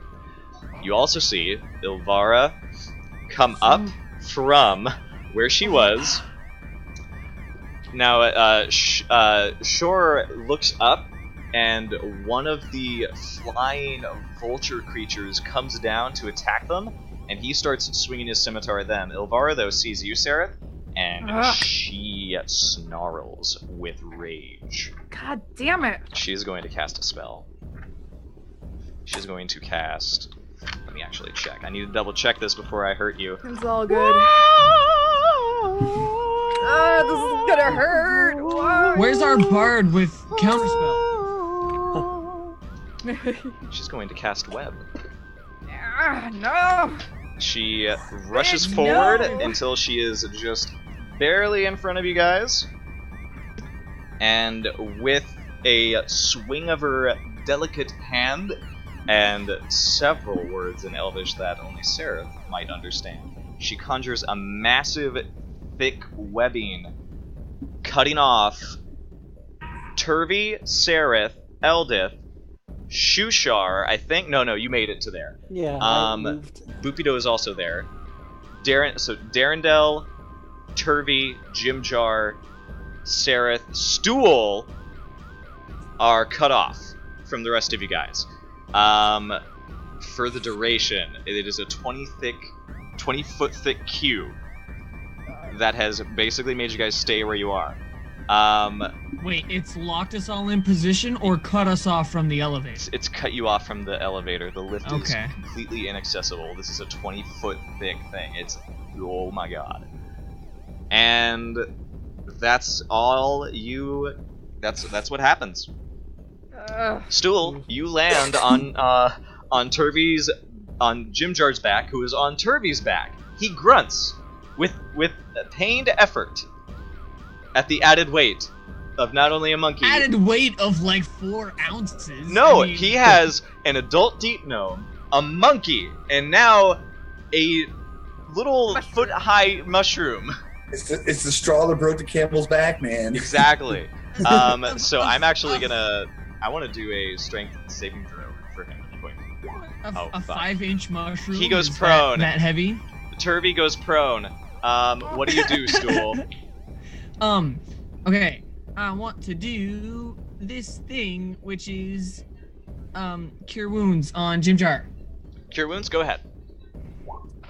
Hopefully that's correct. 1d8. Okay. So, do I do 1d8? Yeah, go ahead and do 1d8 okay. plus your casting modifier. I don't know what that is. I think since you're a druid, it would be wisdom. Yeah. Spell. Okay, my wisdom is 2, so a 1d8 plus 2, so 7, 8, 9. 7, 8. Hey, you get. You're back at max, but unfortunately, you're still unconscious. Aww. But you in your unconscious mind feel a lot better. You're still under the effects of poison, however. Stool, roll a d20 for me. Okay. 4. Interesting. What? You feel your pores sort of. Your like where the spores inside you sort of tremble. Nothing happens though. You see the light of the Phaserus pulse with this act, but nothing seems to happen. It is now. Oh boy. You see the Quaggoths over here start to file out. They begin roaring, and you see there's a fight on the other end of Velkynvelve with several of these flying vulture-like monstrosities that have appeared in the blue shimmering mist. And there is shouting, there is blood, there is screams, both of pain and of hunger. Sereth, it's your turn. Ilvara looks at you and sneers, certain that she has you in her clutches. God damn it.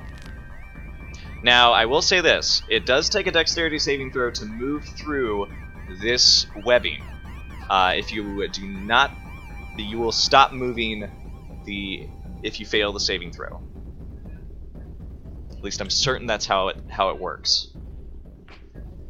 Yeah. So Fuck. it's not impenetrable wall of this web. It's just like It's not you can't see impenetrable, through it, but it's hard to get through. it's very difficult. Like, what do I have to pass? You would just have to say, "I'm moving through the web," and make a dexterity saving throw. Ugh. I would allow strength as well, because you would be pushing yourself through it, so I'm okay with that. Oh, at Dex would be probably. Oh wait, no, better. they're difficult terrain, so you would only be able to move 15 movement through this. Half speed through difficult terrain, right? Yes. Yeah. But we don't need any like saving throws or anything. No, I don't think so. Okay. That's only if you're in it at the start of your turn, which you will be, because you can only move 15 feet. You'll Yeah. be almost through this thing if you use your movement. Or you could use your Almost. dash and you could just move through it. I'm gonna do that. and Okay, you're gonna also- dash through the webs. Yes. Okay. Alright, I'd say you succeed. You're able to sort of like see, like the webbing isn't a perfect like floor. It's Yeah. sort of like a mishmash because she cast it in such haste. So you're able to sort of like pull and dance your way through with your elf grace. And do you do anything once you're there? Because that's your action to dash. Mhm. I don't believe I have any available bonus actions that I want to use at this point, so I am good. All right. Shushar, you've seen this web wall suddenly erupt, blocking off some of your people. You see Sereth, the Dark Elf, push past, and she is not on the lift yet, but she is about 10 feet away from it. You can barely see what's happening on the other side of the web wall. Oh boy. And now the cavern is beginning to echo with sounds of battle and fury.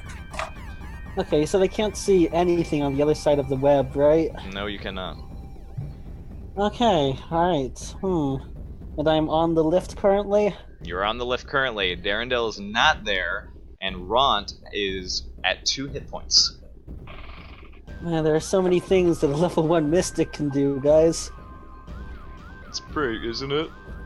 But what can a fishman do? Fishman! Fishman! Fishman! Oh man, I can see invisible and ethereal creatures within 30 feet of me. That's all a fishman can do. Fortunately, you don't see any invisible creatures. Oh, amazing. You can hold your action if you want. I mean, it's kind of a good thing, I guess. Um, There's no invisible people around. That yeah. you know of. Oh yeah. Jimjar, did you have the rope? I do have rope. Oh shit, Well- he has the rope. I do. Yeah. I can't do anything about this web. I'm a little fish man. That's okay, that's okay. I'm going to... I'm going to use a bonus action to switch back to my Aura Sight discipline. Mm-hmm. What's that do And again? I have advantage on insight checks. Okay. Sweet. Yep, that's my bonus action, and then I am going to hold my action for if anything tries to attack anybody who's on the left, I guess. Okay. Speaking of, you see this tower over here. Some of the drow over there realize what is going on. They appear in the windows and on one of the balconies, and a few of them take shots. One of them aims over here into the mass. They try to hit some of the bodies over there. Ooh. Hold on now. I'm gonna see if that strikes. It unfortunately just barely misses whoever it was intended for in that group down there. We're going to roll 2 more because they are now aiming for the lift, realizing what's going on. Oh, The okay, set that oh! Whoa! What was that? held action. Hey, a taco driver. Thank you for following. Oh, they're in the middle of Ooh. combat. We're doing great. Thank you. Now then, here's what's happening. Boopido, what's your AC? It is. Well, do I still have the chainmail around my waist? I'd say yes, you do. Does that add to my AC? Now, did you just wrap it around your waist, or did you put it on? I wrapped it around. Unfortunately, I'm afraid that wouldn't make your AC. My Is AC. this- Put it on real quick. Because right now, 11 is what they're aiming for. So. Oh, I passed that. I got 13. Okay, that's great. So one of the crossbow bolts sinks into the lift. The other one hits you, Shushar. When they attacked, that did trigger my held action, though, right? It would, They- but do you trigger it for Boopido, or do you trigger it for yourself? If one of them is aiming for me, I'm definitely going to look up for number 1. Okay. What does that do? I am going to use my held action to do delusion on the one that's shooting at me. Interesting. I'm going to make whoever's shooting at me, I'm going to make a perfect clone of that person just floating in the air between us, blocking their vision, so they'd have to No. shoot through themselves. Okay, I'm gonna say they're gonna make an insight check to sort of see through this, because they lined up their shot to shoot you. So, Yeah. let's see. What is it? Why don't you make it look like... Why don't you make them think they need to shoot the person next to them that is also shooting it, you guys? Let's see. I can't do that much. Wisdom is 0. Delusion isn't very good. Oh, natural 20. Oh, wow. Nope, they see it. They see through it right away. I And definitely I get see hit through then. it and then And shoot through it. this is going to be interesting. The bolt sinks into your robe, and you feel the sharp sting of being pierced with a crossbow bolt. And I need you to give me a Constitution saving throw really quick. Oh boy. Oh, the There we bolts go. are That is poisoned. good. Not bad. You are not poisoned, but you do take 6 points of damage. Ooh. Well, that's half Um, my HP gone. Yeah. Does anything happen at this point? Because I yeah, do. things do happen. I need Other to. than I think regretting you need to my make life a. choices. I think you need to make a saving throw of some sort. Yeah, I believe it's wisdom. Sure. What? Okay. Shushar, you take this bolt, right into your. Let's see. Oh man, it sinks into your chest. You feel the burn of it, and you feel this incredible urge to act, to be as good as you know yourself to be.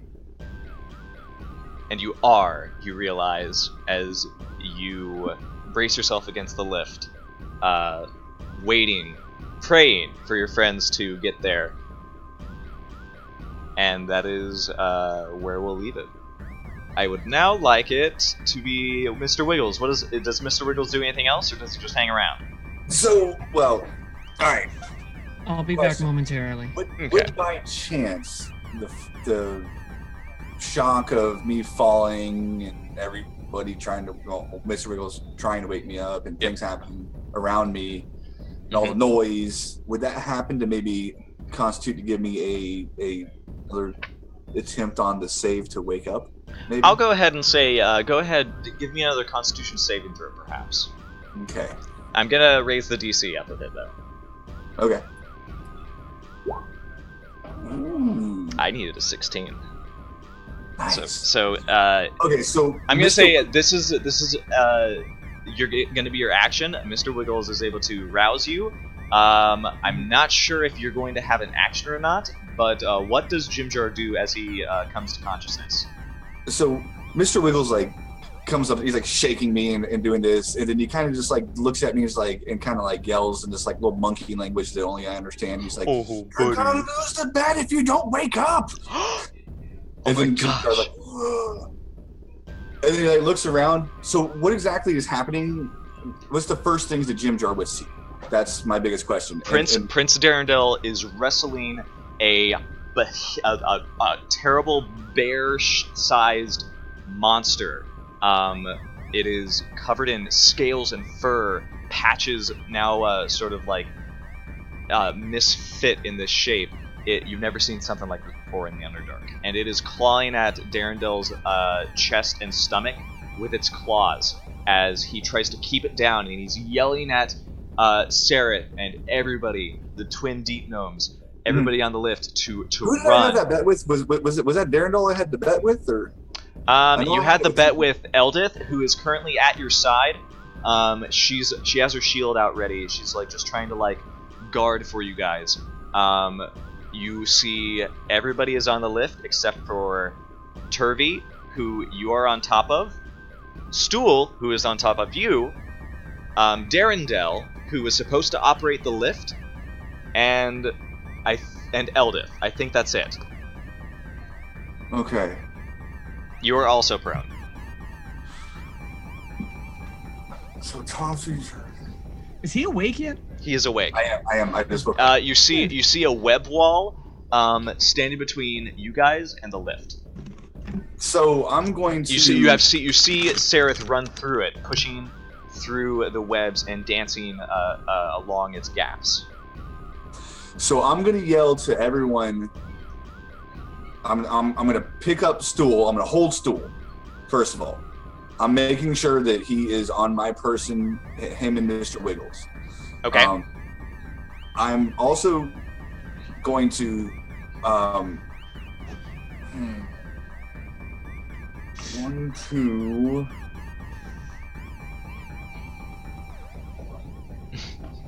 I'm just gonna tell everyone to jump. And who's the biggest person that we have right now? Darendelle. Other than Darendelle, Everybody else is on the lift. Okay, but they're not gonna be able to go down that lift. Oh, actually. Now hold on. Ront is realizing what's happening, and he is stepping forward to operate the lift. Oh, hold on. So who is on the lift that's the biggest person? Right Ront. Oh wait, Shushar is now the biggest and fattest person on the lift. Who is the smallest person on the lift? I'd say Turvy. Turvy. So I will tell Shushar to hold on to Turvy for dear life. Oh, okay. I'm then going to, holding on to Stool and my monkey, I'm going to run over and I'm just going to like literally just shank that cable and try to like make the elevator start falling. Okay, give me an attack roll. Wait, can I react to that? You're holding your action, right? Yeah. Well, am I? I don't remember you doing anything except you dashed. That's right. It's your turn next. It's your turn next, so you cannot react, sadly. All right. How much damage was that? I mean, I don't know. It says I'm just zero. gonna say this is like a dagger, so go ahead and roll a d4 plus 1. Oh wait, your strength is -1. Yeah, so Dex. Oh, that's right, Dex. So plus 2. Okay, so 1d4 plus 2. 5. I'd say you make it about 2/3 of the way through this rope with this shank. Okay. On your next turn, you're going to be able to send that thing down. Okay. You're gonna kill everyone doing that. You know that, right? I'm not. I promise. If you guys follow my what else do you fine. say? What else do you say? If anything, you just yelled out, "Hold on to Turvy," as you start hacking away at this rope. Yeah.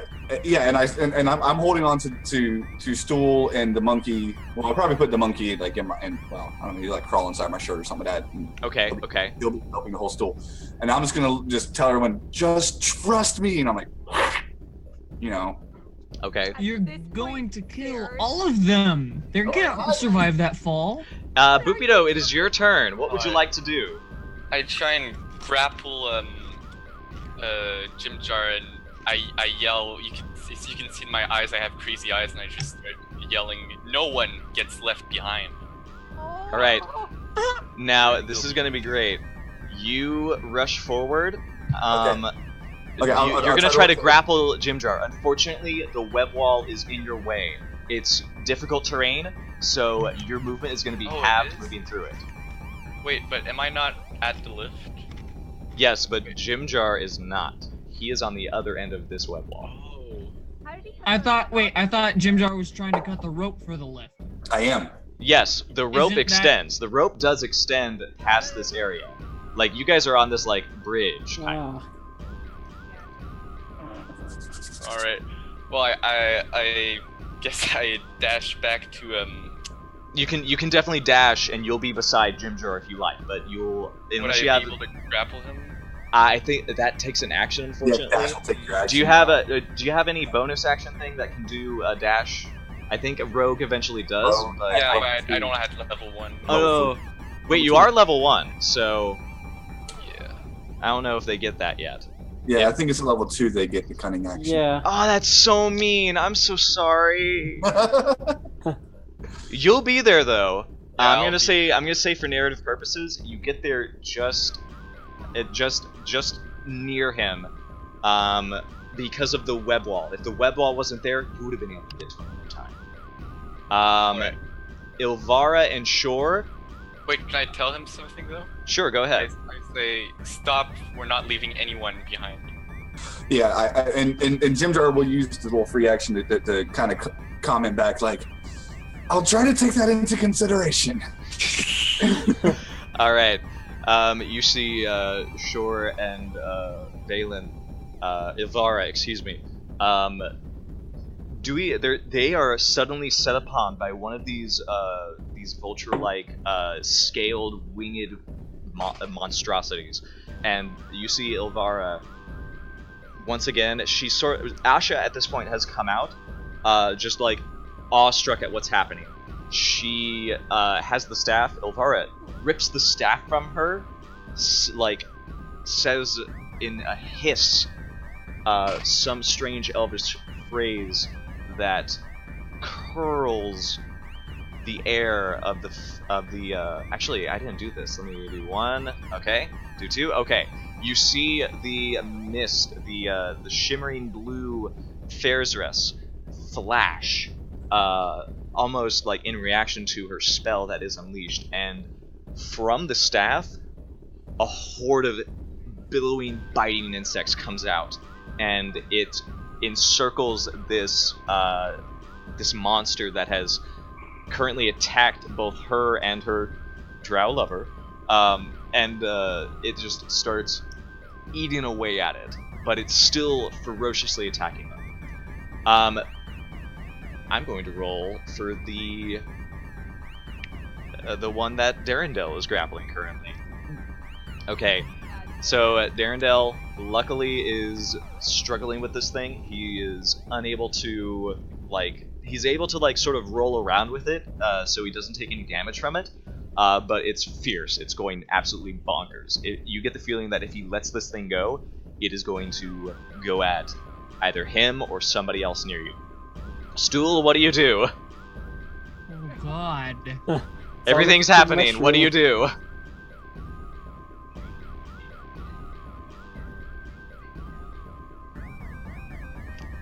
Because after this, on the opposite side of the wall fence. Yeah, you are currently on the opposite side of the web wall with Jimjar, Eldith, Darendel, and Turvy. The opposite side from the elevator. Yeah. So still with the big beast thing? Yeah. Okay, that Darendel is holding.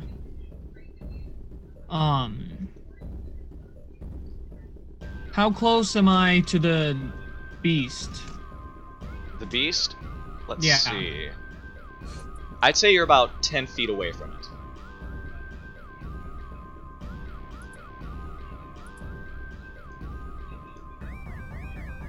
To that. Wait, there it is. You succeed on a infestation. Constitution saving throw.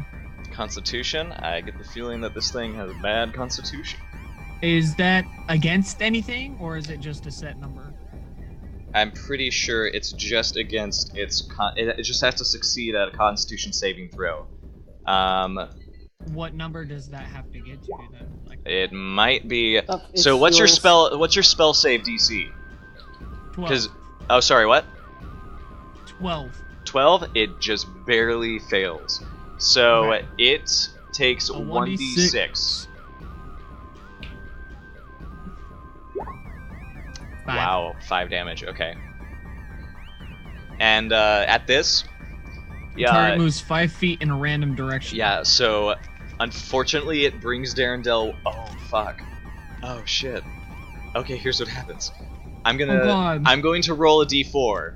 If it is a 1 or 2, it's going to roll into the wall. If it's a 3 or 4, it is going to roll off the bridge with Darendel, who is grappling it. Oh. Fuck. Uh, Alright. You see this little shroom. Its top starts to pulse, and a puff of spores.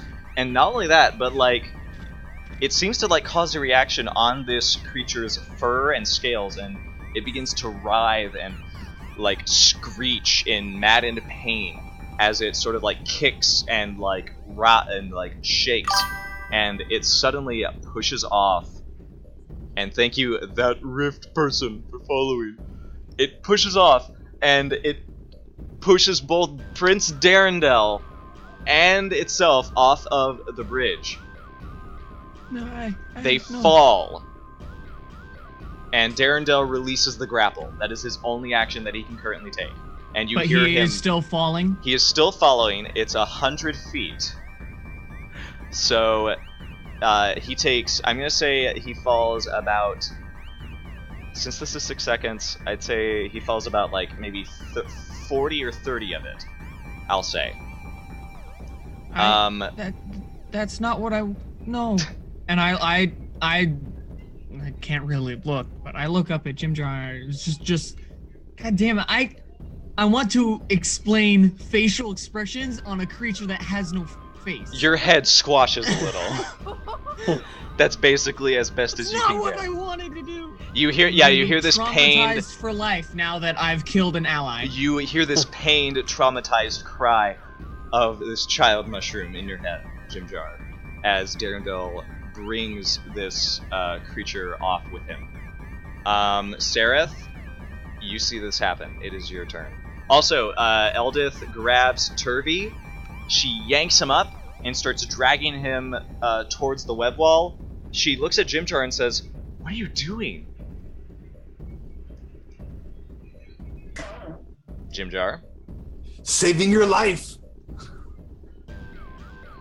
That does not explain anything. And at that, she shakes her head and says, "Is this where the bed is coming in? What do you want us to do?" Well, I need to destroy the elevator first. And I'm like, We're in the elevator. I know. Don't worry. Just hold on. Everyone grab somebody. Hold on to somebody. Now, what are you telling the people who aren't on the lift? I need to know. That is what Eldith is asking. She is demanding, what am I supposed to do right now? So And she also points to, like, yeah, go ahead. Darendel is falling very quickly, by the way. Alright, so I just need to know a few really key things right now, and I'm gonna mark this all down on my page. I know what you're going to cast, and I know. I know. Yeah. So there's one person falling right now. He is falling. He is falling fast. Falling fast. Yes. I'm gonna tell everyone that they just need to just to jump and to trust me for one. But where's my? I got the pin cap. No pin. Okay. Oh, okay. 2 seconds. I'm gonna explain a little more. So there's Oh, one shit. falling. How Okay. many others are on the shaft or on the elevator itself? The elevator itself. Now there are Shushar. Let me actually separate these people. Shushar, who is holding somebody. Okay, so Who's 1, holding? 2. Shushar, who is holding Turvy. Boopido is no longer there. He is approaching you. Sereth, I'd say you're going to be able to get there if you want on your next turn. I'm going to put you somewhere in the middle. Boopido is with you. Turvy. Wasn't I already on the elevator? I Yes, thought I'll she say was you're on on the elevator then. I'm Okay, gonna sorry, move- I just didn't know. Yeah, I'm Okay. going to move everybody into groups. Currently, this is where it stands. Eldith, Boopido, Turvy, and Stool are over here. Oh, who's that? It's Jim Jar's clone. Yeah, Just it's clone. for brightness. Okay, so this is now, and Darendel is falling very clearly to his death. I know. Now, are you going to cast the spell, and are you going to cast it now? So we got those 4 on the cart, so they can each, if they each hold on to one person's falling, and then that leaves 1, 2, 3. I have Stool, and Right now, there are 5 people, including yourself, over here. There are 4 people over here, and there is Darendel falling immediately. This is reaction, by the way. You can do what you want to do on your next turn if you have the spell slots for it. I do. So I'm going to tell these 2 right here, Eldith? Eldith and Boopido. Cookie Dough, to hold to grab onto him. Whenever he gets over here, he needs to hold on to both of them. That's very, very clutch. Wait, hold on. How are they going to hold on to Darendel? He's falling.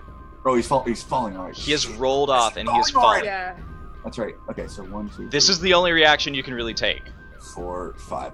So okay, she's gonna have to grab onto him, and Wow. Oh, and okay. and the 3 of us are just gonna have to hold on to each other really tight. Okay. Okay. And what do they do? Is there any way Jump. Okay, Just- but here's the thing. Here's the thing. Kind of thing. It doesn't matter if you're on. Tell the me elevator. the 5 creatures that you are casting the spell on. I am casting the creatures on Okay, yeah. this one, That one, this one, that one. this one, Okay. 3, this one, 4, And this one. 5. And then additionally myself. It says yourself and 5 others. No. Oh wait. Okay. Yeah. Okay. So I'm gonna make a list. So so here's what's gonna happen. Shushar and Turvy are the only ones who are not currently cast on. The pictures are on the token layer. You can put marks on them. Oh, that's right. I can. Yeah. Ah, why didn't I do that? So the ones who have sad faces do not have this spell on them. You tell Eldith, who has Turvy right now, to jump. Well, I'm not casting until I'm jumping. But Okay. I'm telling everyone to jump and just trust me. Okay, Trust- I'm gonna say you cast the spell right Trustful. now because Darendelle is also in this spell.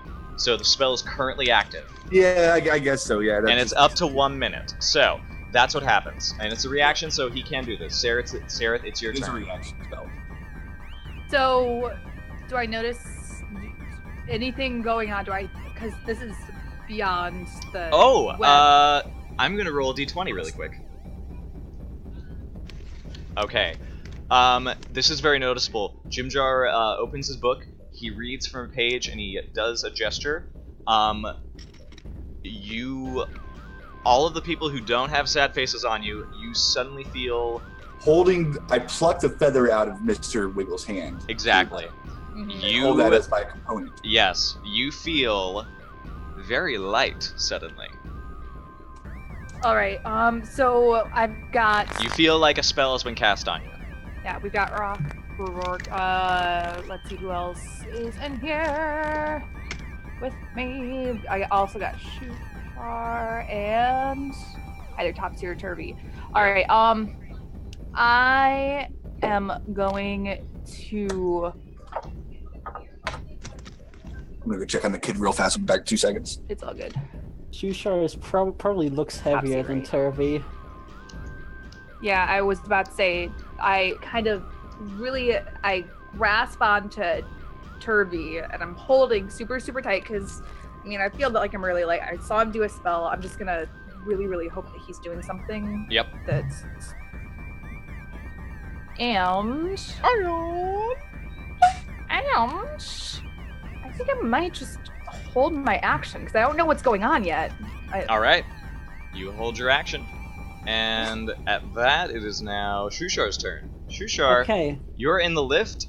Bupido ran off the lift and dashed to Jimjar. Jimjar is currently hacking away at the thread that you think is holding the lift. You also notice that he cast a spell of some sort. You don't notice anything different, though. And you also By have the a way, crossbow bolt sticking out of you. The portraits on the stream are mixed up again. Oh no, I think that's because... Let me actually get that fixed. Thank you for letting me know that. Yep, you're welcome. Whoop. I'm Bupido. Hey, Bupido! Hello, I'm Bupido. I'm Sareth now, I guess. Oh gosh. Stool and Jimjar are the only ones who survived that mix-up. Let's see. Oh, Paradox dropped. That makes sense.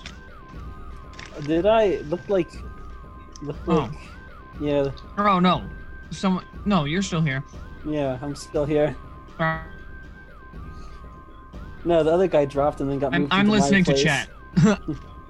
Okay. Dang it. Get over here. One of you is under the other, so I can't really... Get over here. Okay. Oh.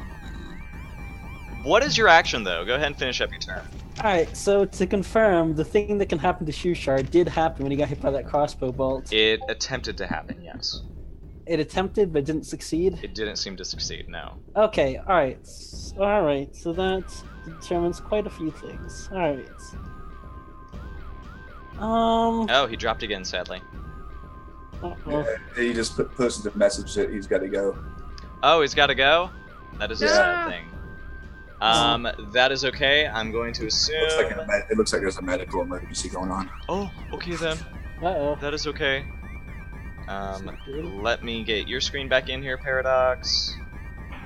Alright, yeah, bonus action. I am going to switch to my Intellect Fortress discipline again. Is there anything I can actually do? Oh man, guys, I could do delusion again. Do you guys all want me to do delusion? I'm not sure. What would That's you up to you. just cast illusion on everybody? Like, you're not really falling. You're not about to die. I can only do delusion on one person at a time. Oh, That's so sad. Jim Jar's just gonna look at you and be like, just grab him and jump. Shushar doesn't know that anything was cast, does he? I'm Not sorry, on I you. think You I should know. missed- You definitely know Ginger cast a spell, but it didn't seem to affect you. Okay. You know, you do notice that Seraph seems like a little bit. Yeah, Shushar doesn't know who he's supposed to grab onto because he doesn't know who the spell is actually cast on, so... Ooh, well, this isn't good. Do you do anything this turn or no? That's a good question. Oh, I'm gonna hold my action for if someone tries to shoot me again. Okay. And one of the vulture kickers comes over here, screams at the guys on the balcony and starts attacking them. They shoot at it. One of the ones in the window actually does try to shoot back into the lift. This is a guy not in the balcony but in the window. He's gonna make a attack on you again, Shushar. Alright, held action. 12.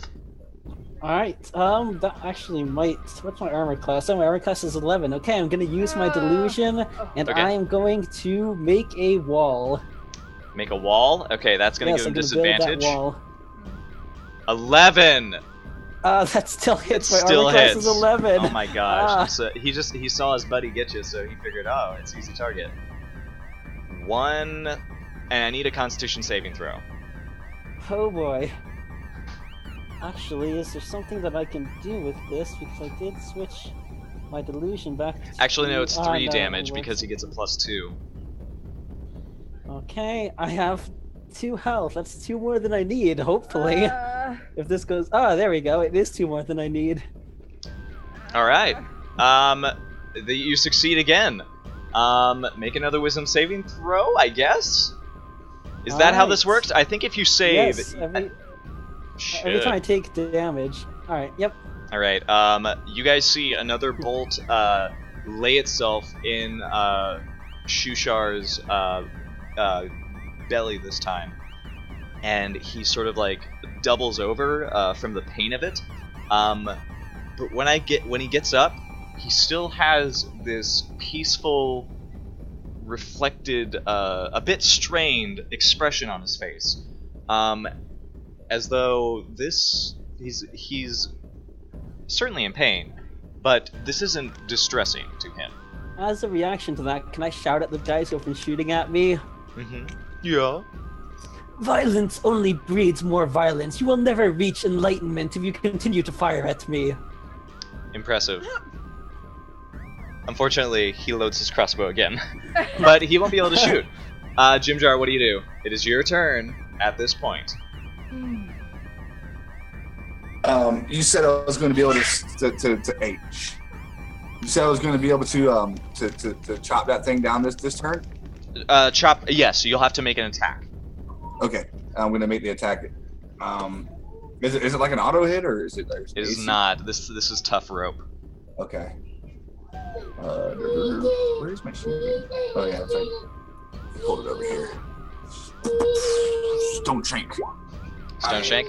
Actually, that does hit. So go ahead and keep carving away at it for damage. A D4 plus your dexterity. 4 plus 2. I'm going to die. 5 damage. You are able to angle the shank, and with a loud, the lift immediately begins to, and it starts to bend to one side, and it dumps everybody inside it down and off. Grab on to each other, guys. In this drop. They are falling now. Do you want to take your reaction right now? Yes. Okay, so you're casting it on. Meow. You're casting it on everybody else who is falling, correct? Yes, everyone should have Featherfall now Okay. cast on them. Okay, and And as all of you I'm jumping, holding on the stool and my monkey. do you jump off? Yes. You jump off as well. Yes, and look at everyone up there who hasn't jumped off and say, jump! Okay, at this point, Sereth, you tumble into Ront as you both are poured out of the lift as it heaves and tilts and finally drops. And yeah, I'm sure there's a moment where you go, ah! Yeah. Then And you just sort of look as you're gently falling. You're still falling pretty fast, but it's not. You get the feeling, oh, this is nothing worse than, jumping off a little hill. Yeah. Shushar and Turvy, however, immediately they soar past you and they go full speed towards the ground. But about 20 feet down, they begin to slow and they start doing the spread eagle as they go down, I guess. Shushar, this is fantastic. If you weren't in so much pain, this would be like a whole new enlightenment, I bet. This is amazing. He coughs off a little bit of blood. At this point, it is Boopido's turn. You also feel this magic coalesce around you. And what would you like to do? Jimjar grabs stool and he jumps off. And you see a lot of the folks are beginning to soar down. And it looks like you are being the one left behind. Oh wait, he left. Oopsie. That's right.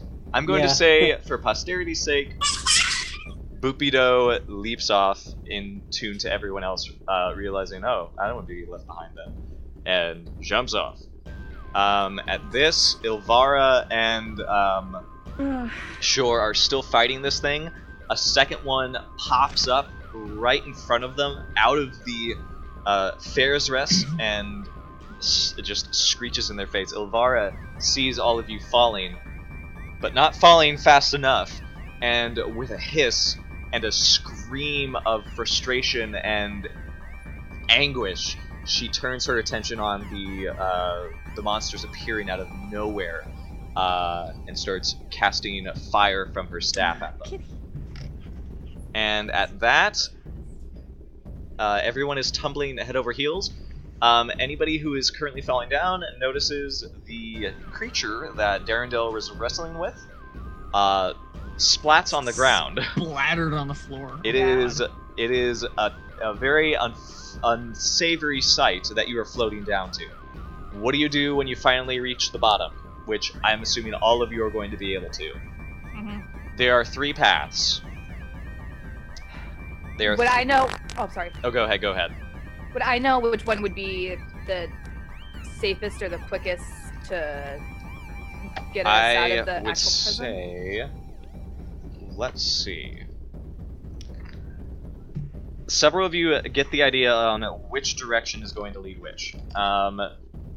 Let's see. Gosh. Now, there are basically 3 big choices. I'd say the one going up here is going to be... I'm pretty sure that's Dark Lake. Okay. That is the direction to Dark Lake and the town that Shushar spoke of. Okay. Up here is probably going to be a path to... Actually, no, I think this is the Dark Lake. This is Neverlight Grove. Okay. And this goes to another place entirely. Boopido would tell you this is probably going to lead to Gracklestug or another path to... as Topsy and Turvy tell you guys, there is a town called Blingdenstone that Jimjar did talk about, and he did seem to have some wants to go there. But right now, you guys are down on this cavern floor with 3 directions to choose from. Where do you go? I thought Neverlight Grove was on the opposite side of the lake. I actually don't think it... Oh, wait. Let me actually move you guys to a map now, because that's probably going to be better. Yeah. Because right now, kind of recalling it's on the other side of the lake. yeah. So from where we Velkynvelve are. is right here. There's a path that goes to the Dark Lake over here. Blingdenstone is all the way up here. Neverlight Grove is way over here. So Yeah. as of right now, the town that Shushar mentioned is the closest one. And the rest of it is going to be either navigating the Dark Lake or navigating the wild depths and tunnels. And you're all on the floor of this canyon. You have floated down. You are seeing and hearing the shrieks of monsters above you, as well as the shouts and subsequential what's the word? What's a better word for scream as you pee your pants? Of the drow. Wails, Yes. What? Hollers of yeah. terror. Hollers of terror! That's why no one's listening to me. I'm muted. Ah, yes. So basically, you have Are we one still? passage We're out of initiative, right? I'm gonna say you guys are out of initiative at this point. Okay. But So you're one not thing out of dodge Jim yet. Jar would, one thing that Jim Jar would like to do is he would like to cast minor illusion to make as many things that he could possibly do that's distracting to go into these different holes. Yeah. To kind of steer anyone who looks over that cliff and looks down at us to kind of like steer the direction away from where we actually go. I'm gonna like be like zoom, like one thing goes that way, zoom, one thing goes that way, and this Nice. is we're gonna continue. I'm gonna continue to do that even after I get out of line of sight from that hole for like a good I don't know, minute or so. I gotcha. Bupido will point to the south and say, "This will lead us to Gracklestug. It's a city. It's a legitimate city of the Durgar, and that is legitimately like I know the way there. I'm certain. As well as to me, it looks like. To me, it looks like Neverlight Grove is it's quicker to get. Ooh, you're cutting out, sadly. Yeah, you're. Yeah. Oh no. Internet, no. Uh-oh. Sarah. There by going through the. Oh no. He's still trying. Uh-oh. You Try totally cut that out there. one more time. Is he frozen now? He's going kind on? of frozen. Right now. Oh, you're talking about me? Yeah, Yes. you're breaking up. You broke up Okay. horribly. What did you say? Yeah, I know. My internet sucks. That's I'm saying it's. From what I can tell, it looks faster getting to Neverlight Grove going through, on the south side of the Dark Lake through Gracklestug than going north over the lake. True. Are we still going to the Neverlight Grove? Because I didn't know how far away that was. It is far. You guys have no provisions. You barely have any weapons. And some of you are injured. City. Shushar, you know that Sloop Loopdop is the closest settlement that you would even dare to consider safe. Everything else is the wild of the Underdark. Can you say that one more time? Everything else is the wilderness that is the Underdark tunnels. No, the safety. The settlement of he is the only one who knows the name of it. Sloop Okay. Yeah. Loopdop. Soup blue dot. Sorry, I just wanted to hear it again. You do know that one of these paths is going to lead to the Dark Lake, towards what you know as your settlement that you grew up in. And now, Sarah, you know that one of these is, I'd say, the north one. No, wait. Okay, so I have this now. The west one is going to lead to a tunnel path that is going to go to the Dark Lake and Sloop Ludak. Sareth, you know that drow scouts and drow caravans go through the north passage. Okay. But that is also, Jimjar, you know that Blingdenstone is in that direction. And you also know, or are told, that there's another passage that would go to... Let me actually see. That would go to Gracklestug, as Bupido tells you. So north is usually where the drow caravans and stuff go. But again, you have not traveled far beyond Velkynvelve. You do know a lot of the paths, but you don't want to get too lost. Right now, there's a battle going up above, and you don't know who's winning, and if you want to be the scraps that they're going to pick up. Either the drow or whatever monsters have erupted.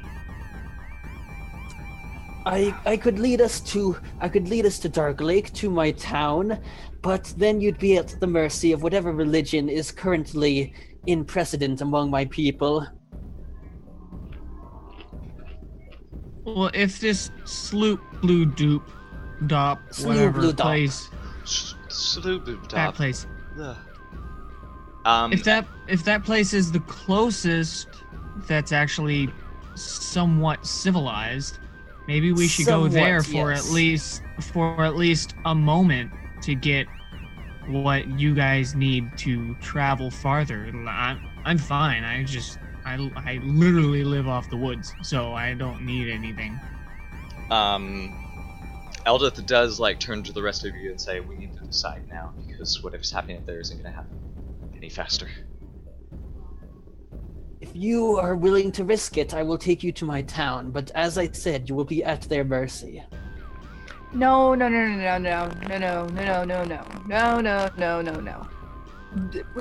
so the Grakenstug, that's what, not Paradox, Boopido. Boopido, yes. Boopido does say Gracklestug is a city. It is civilized. It's a city of Duragar and my own people, the Darrow.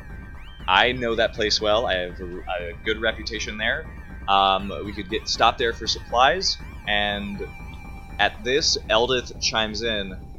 Oh, okay, no, we're gonna hold on a moment. No, Duragar are not acceptable. They will enslave us the moment we step in there. They will or they won't? They will. They might. I mean, he's a Darrow. They don't have any use for him. But the moment that we go in there, they're going to tie primarily me down and either kill us, me probably, or enslave the rest of you. Duragar are awful. Eldith. Can I make a history check to see? The dwarf? Yes, the dwarf. Okay. Can I make a history check to see if Duragar will even bother with Kuotoa? Because a lot of people don't even want to bother with Kuotoa. That's true. Thanks, toxicity. I love you. Go ahead and roll a history check. Oh. Well, if I had advantage, that would be great. Now wait a second. What are you trying to find out? This might get you advantage. Oh, I'm trying to find out what kind of relation the Duragar have with the Kuotoa. They actually do have a good relation. I'm guessing you being a resident, a previous citizen of that place, have led a boat or two to Gracklestug, and you know that what Eldith is saying is somewhat true. The Duragar do have a city. It is civilized in their own strange, aggressive way, but the Duragar are, if you don't like the drow, then you're not going to like the Duragar. The Duragar are just as eager to enslave someone or sell them off to the drow who will make use of them. The Duragar are, however, more organized in terms of the structure of their city is, I'd say more robust, and they're at least willing to trade with people who they realize they can get uses out of. So you would say, yes, the Duragar are slavers. The Duragar are willing to overlook a stranger in order to get something from them, or if they have a business they can offer, they're willing to do that. And your Kuotoa fellows actually do have a trading agreement with Gracklestug, so this is something that exists. I'd say that we have a better chance in Gracklestug than in Sloobludop. They may attempt to enslave us, but only if we have nothing else to offer them. We have nothing to offer them. We need to make a decision right now. Come on. Darendel stands up and says, I know these tunnels are dangerous, and what's worse, we don't have many friends down here. As much as you might hate the idea, I'd say we go to the nearest familiar place. Hunker down, and make our next move there. And, let me actually think for a moment. Topsy and Turvy sort of, nod, and they say, I mean, the Dark Lake, it's going to put some distance between us and Ilvara if she gets out of this. Because she'll have to procure a boat, she'll have to do all that stuff. If we just run down one of these tunnels, there's nothing really stopping her. Because she has feet just like ours, but if we have a boat, my goodness, we'll at least make her work for it. Right, but we would still need to figure out a way of getting a boat or some way to cross the lake. I could possibly, or I could most likely arrange for a boat if we go to my settlement, but it won't be pleasant. Nothing about this is pleasant. That's kind of how being captured works. Yeah, let's deal with the least unpleasant thing imaginable. I'm sorry, but honestly, I'd rather you feel unpleasant than all of us get shot in the back and die. Or enslaved by, one prison into another. Alright, let's go to Slough Blue Dop. I'll give you advice on the way for how to not upset them. As long as you play along with whatever religion is the fancy at the time, you should be okay. Great, thanks. Alright, everybody is good to go? Yeah. Okay. At this, we move into level 2. What? Ooh. Yeah. All right. Now that we're level 2, I'm gonna go to the bathroom real quick. Yes, we're going to take a quick be right back break because I need to pee. And we need to wind down from that glorious combat. And I need to see what mystics actually get at level 2. Oh, By the Glorious. By the I already way, got. Jim Jar is going to look at all of you, even the ones that didn't make him a bet, and just be like, "You're welcome." Yo. Yeah. Alrighty, guys. Well, I'm gonna go to a be right back screen, but you'll see us in just a moment, okay? Alright. Alright? Cool.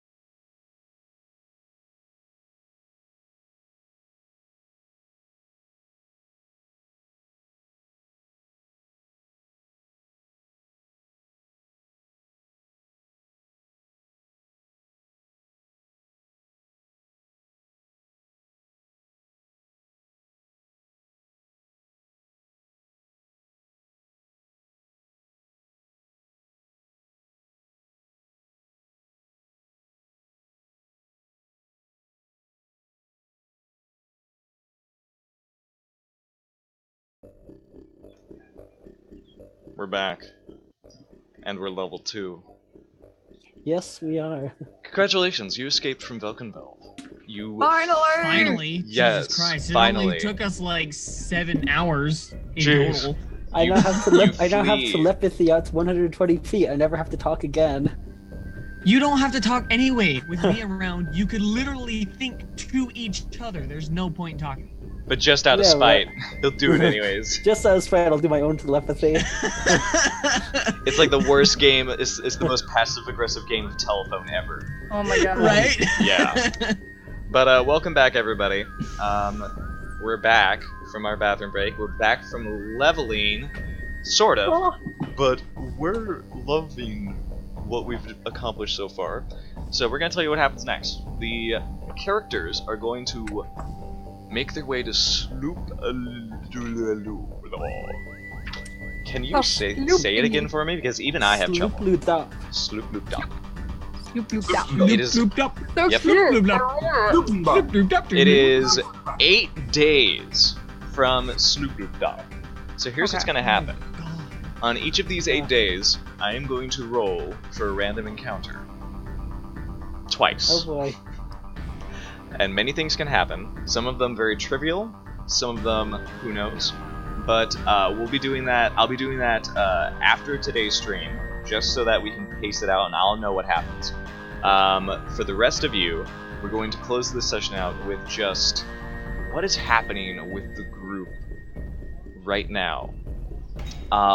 You all are able to get far enough away from Velkynvelve with your increased pace, fleeing the strange occurrence that happened with the blue shimmering mist known as Fair's Rest, so that that just wandered in to the cavern where the outpost of Velkynvelve is, and almost immediately after, during your escape, strange creatures started to pour out of it. Yeah, that was a very interesting event of that. It's true. mist. It was interesting. I didn't know that creatures could come out of that stuff. Like I've seen They- it before in the Darklight Grove, but I've never seen things come out of it. Isn't No. it impossible Yes, to magically transport? Yeah, it's basically impossible. So that's super like the opposite Yeah. of what that thing Right. is supposed to Like, do. Sareth, out of all these characters, you're the one who has the most experience with Fair's Rest. Yeah. This is not supposed to happen, ever. But what if instead of they teleported into it and then came out, maybe they were hiding inside of it? Because it's also hard to like spot things. I'm gonna inside assume of that stuff. at this point, some of you have sat down and are just like catching your breath. Resting, yeah. This is gonna be like a short rest, technically. Yeah. Yeah.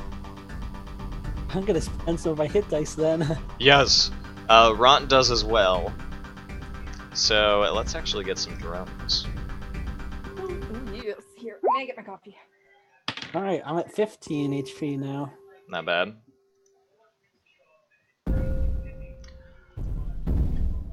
Now, out of all of you, Ront is the most exhausted because he took a crossbow bolt deep in his chest. He's currently sort of like sitting down by himself. Eldith is on watch. She's just like peering down the tunnels both ways. She seems very on edge. The twins have sort of secluded themselves to the other side of the wall, and they're like talking to each other very closely. Not sure what they're talking about really. I'd say Darendelle is the only one that seems chipper, if one could say. He's always like that. He- Apart from the fact that I basically threw him off a cliff. Well, God. he doesn't see it that way. We'll just say he's been bragging about his triumph over the monster that threatened all of you, and he's being very boisterous and bold about it. Out of character, Darendel's my absolute favorite. In character, Sareth finds him very annoying and what? It is. Like, he frustrates you as much as a real elf would. Yes. Because he is on point with that elvish attitude. Even more so so because it's like a quaggoth who's pretending to be an elf. And No, out of all the creatures, he is an elf. well, he thinks he's an elf. And out of all the creatures to pretend to be an elf? Really? Well, I don't know. Is he pretending? I have a rules question, actually. Sarah thinks so. Do I add my Constitution modifier to the hit dice that I roll? I can't remember if that's a thing in 5th edition. I think that's acceptable. Go ahead and do that. Yes. Okay. For each one rolled. Or minus your Constitution modifier if it's negative. No. Oh, that'd be Shusha's mean. a very beefy guy. That's so mean. Wait, so we add our Constitution modifier to the roll that we made? Yeah. Wait, Mine's +0, so I don't add anything. But yes, yeah. I think the minimum is +0. I'm fine with having you guys add. My Constitution modifier is 1. So would I add 1 to what I got? Yes, you would if you're trying to recover hit points. Oh, okay. With your hit dice. Hit dice can be used. Yeah. Hit dice can be used for short rests. No, for the short rest and recovering HP. Yeah, okay. you saw this fat fish man take 2 bolts into his flabby form, and he was smiling the whole time. And he's at full health now. And he's at full health now. He's tending to his own wounds. Okay, who's the other one that's really hurt? Ront. Okay, can I? He's the one that took it the worst. Can I go over there and do Cure Wounds on him? Sure, go ahead and cast Cure Wounds. It's what, 1d8? 1d8, gotcha. Unlike last time, there is no bright flash of blue that God seemed damn to. it. Oh God. +2, right? Plus Your spell my- modifier, which is Wisdom. which is Wisdom, so +2. Yeah, +2. so That's great. He recovers 3 hit points on top of his hit dice, of which I will roll right now. 7. Okay, so he recovers 10. That almost brings him to full, but he's still feeling not just the pain of what happened, but a clear shame of what happened. And he sort of like leers at you after you do this, and says, "I didn't ask you to do that." So? Do you think an orc of Grooge is not capable of licking his own wounds? That's not at all what I'm implying. I don't think that your tongue is sterilized. Everyone needs to be as fit as they can be for the journey that's ahead of us. I'm doing my part. Deal with it. Okay, I'm muted again. Oh no. I kind of stick up for Stool and be like, well, you didn't ask me to save your life now either, but I did that anyways. Are you going to get mad at me about that, or are you just going to be ungrateful the whole time? He spits at the ground, and he doesn't say anything. His jaw just clenches, and you can hear his teeth grind. He's furious, but he, for some reason, is just swallowing his pride. This is very unlike any orc that you know. And Pop up in the corner of the screen that says, I'm going to kind of will remember like that. taunt him just a little bit more by I'm just taunting him a little more by like walking behind him, just kind of patting him on the back, being like, it's okay. It's okay. I won't hang it over your head for too long. He does not share your joy, and he just pushes you away, which is easy for him. At this point, I kinda how far go- away is Stool? all Stool of is this? kind of like, he's maybe about like 3-5 feet away. I kind of come up, kind of grumbling under my breath, Sarah's like, oh my god, what do I kind of like thoughtlessly pick Stool up and put him on my shoulder, like, y'all just need to like calm down and rest up. And then I like walk away from the orc, just like thoughtlessly taking Stool with me. Just not even Sarah's just Look, like, I mean, he was hurt. I wanted to help. Ahem, What? All I want to do is make sure that everybody's fine. I mean, ahem, now that we have a chance, to rest, maybe we should look at the gear that Topsy and Turby were able to grab. Yes, please.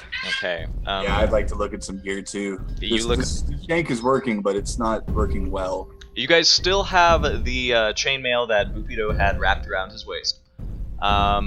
You see that Topsy and Turvy were able to get 2 daggers. They were able to get... what else? A mirror, which is now shattered. They were able to get 2 vials of pink liquid, which is now shattered. And... once Turvy was on the lift, and once she fell, it just tumbled out of her hand. So that's all we got. She was not ready for it. She was also frantic about where her brother was, and right now all you guys have is 2 daggers, some broken glass, and a wet blanket. Well, I'll gather some of the broken glass for just in case I need them for some spell components. Oh yes. Man, does that mean that Shushar's really cool walking stick is lost forever? Actually, I did forget to mention. Topsy stands up and he walks over to you, Shushar, and he looks a little sheepish, like he's a little bit sad about something, and he sort of holds out this ugly, knobbish walking stick to you that. And you hear him say, I found it, by the trunk. Yes, thank you. That would be mine. Thank you, Topsy. This is it? Yes, of course. Shushar grabs this extremely ugly, gnarled, slimy walking stick that matches perfectly with him. Great. It was really slimy, so I thought it would be one of yours. Thank you, Topsy, and Shushar sort of pats him on the head. It's covered in goo. It must be his. I had an idea too. How wide is this like area? Like, because we're going this direction. Yeah, right? I'd say it's about 10 feet. About 10 feet. So I'm like looking at all this broken glass and thinking we could probably use that as like some form of like caltrop in case these drows do find our path. Although they probably will. Although at the same time, I'm kind of like trying to decide whether or not it's a good idea to or not, because if they find them and cut their feet on them, they're like, yeah, they came this way. So, what do you guys think? Should we try to like trap up the area or should we just? I think we best to leave no trace. Are we in a cave? We're in a cave right now. You're in like a tunnel. Cave? You're in like a tunnel. Yeah. Okay. So I guess Can we I'll probably try to shatter the glass up a lot more to be able to use them as spell components and possibly can we collapse the tunnel? Just completely shut off this exit. Ooh. That's if you find a way to do it, we'll see. Yeah. Hold on. Good idea. I can help you with this. And I cast Earthen Blast. Is this going to be a good idea? What's the stability of this tunnel we're going through? So like it's a cone spell, and I just cast that like at the ceiling, like 15 feet away from us, behind us. Okay. See if it works. I'm gonna say if is this a cantrip? That is a level 1 spell. Level 1 spell? How many spell slots do you have left? At level 2, did we get our rest to get to level 2 and everything? So yes, I'm gonna say this is going to be a short rest. Do you get spell slots back at level 2? I mean, yeah, short rest you get spell slots. Yeah. Okay, great. So, but only from one short rest per day, though. I can't take a short rest, get spell slots, take another rest, get spell slots every 15 minutes. So I'd say, you'd be able to do this. But it's going to have to be at the end of this rest, and you're going to have no more spells. But you'll be able to collapse the tunnel behind you. Okay. fine with sacrificing my spell slots to try to. Yeah, so you'll be going into the session next time with no spell slots. But cantrips. You will bring the pursuit of the drow, if they survive the attack, significantly down. Everybody here, does everybody in the group have dark vision? Is everybody able to see where we're going? Eldith is the only one, I think. Wait, that has dark vision? No, I've no, got, that like, does no, that crazy does ass not. dark vision. That does not. Yeah, Does not. Yeah, I got dark vision. Yeah, Eldith and Ront don't have dark vision, I think. I don't think orcs have that. Do they? Let me find out. Orcs have dark vision. Okay, yeah. Yeah. So Eldith is the only one who It's has. so weird. There's only a few races that don't have, like humans don't have dark vision. Exactly. And I think it might be Dragonborn was the other one. There's only like 2 of them without it. Yeah. Of the core races. Warforged don't get it. I know that. They're one of the UA classes that doesn't get it. But at all this, you're going to spend your time doing that. Darendelle is going to come up behind you as you're doing it and says, This is very ingenious. And that the trick you did back there. I'm speaking as a prince of Nelrindenbane, I'm very impressed. I'll put good word to wherever we go of your cunning and keenness mind. Yeah, Jim Jar really liking his ego being stroked. He's like, oh yeah. I know. It was very heroic of me. Blah blah blah. You know, like kind of being kind Modest about it. Oh yeah, well, not being modest about it. well, I just, you Opposite. looked, it was such a good One turn of those. for the best because you looked limp as one of my forest squirrels that I used to hunt. What happened? What do you mean? Well, when you arrived with the twins, you were being carried. I was? Well, yes. I was fearful that you had died. Yes, I did think it was quite an odd You know, time now for you to that I be think taking a about it, nap. There was a little gap in my. Hold on. I don't even remember getting back up to you guys. I'm taking a break from like blasting the wall. Wait. I didn't even remember getting my spell book. I just came. What did happen? You came back to the group and you were unconscious on the back of one of the twins. Mr. Wiggles kind of pops out of my pocket and is like. by the way, Mr. Wiggles, he has been giving dagger eyes at Turvey this entire time. At who? Turvey. At who? Turvey, Turvey. the sister twin. Like dagger eyes, like you see him like sort of bare his teeth sometimes whenever he faces her or catches her eyes. Yeah. Okay. So it was Topsy who carried you out. Okay. So I would be a little bit curious about that. However, I'd kind of be trying to ignore him a little bit for right now about that, and trying to figure out how this all happened. And he would be kind of doing his little monkey screech at me at some point. Mr. Wiggles would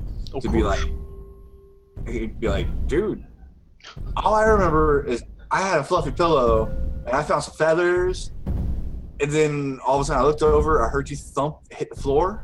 You went, I got it, and then. Wait, the And monkey. then they came in and helped. Yeah, I think he can talk to the these monkey. feathers I got, man.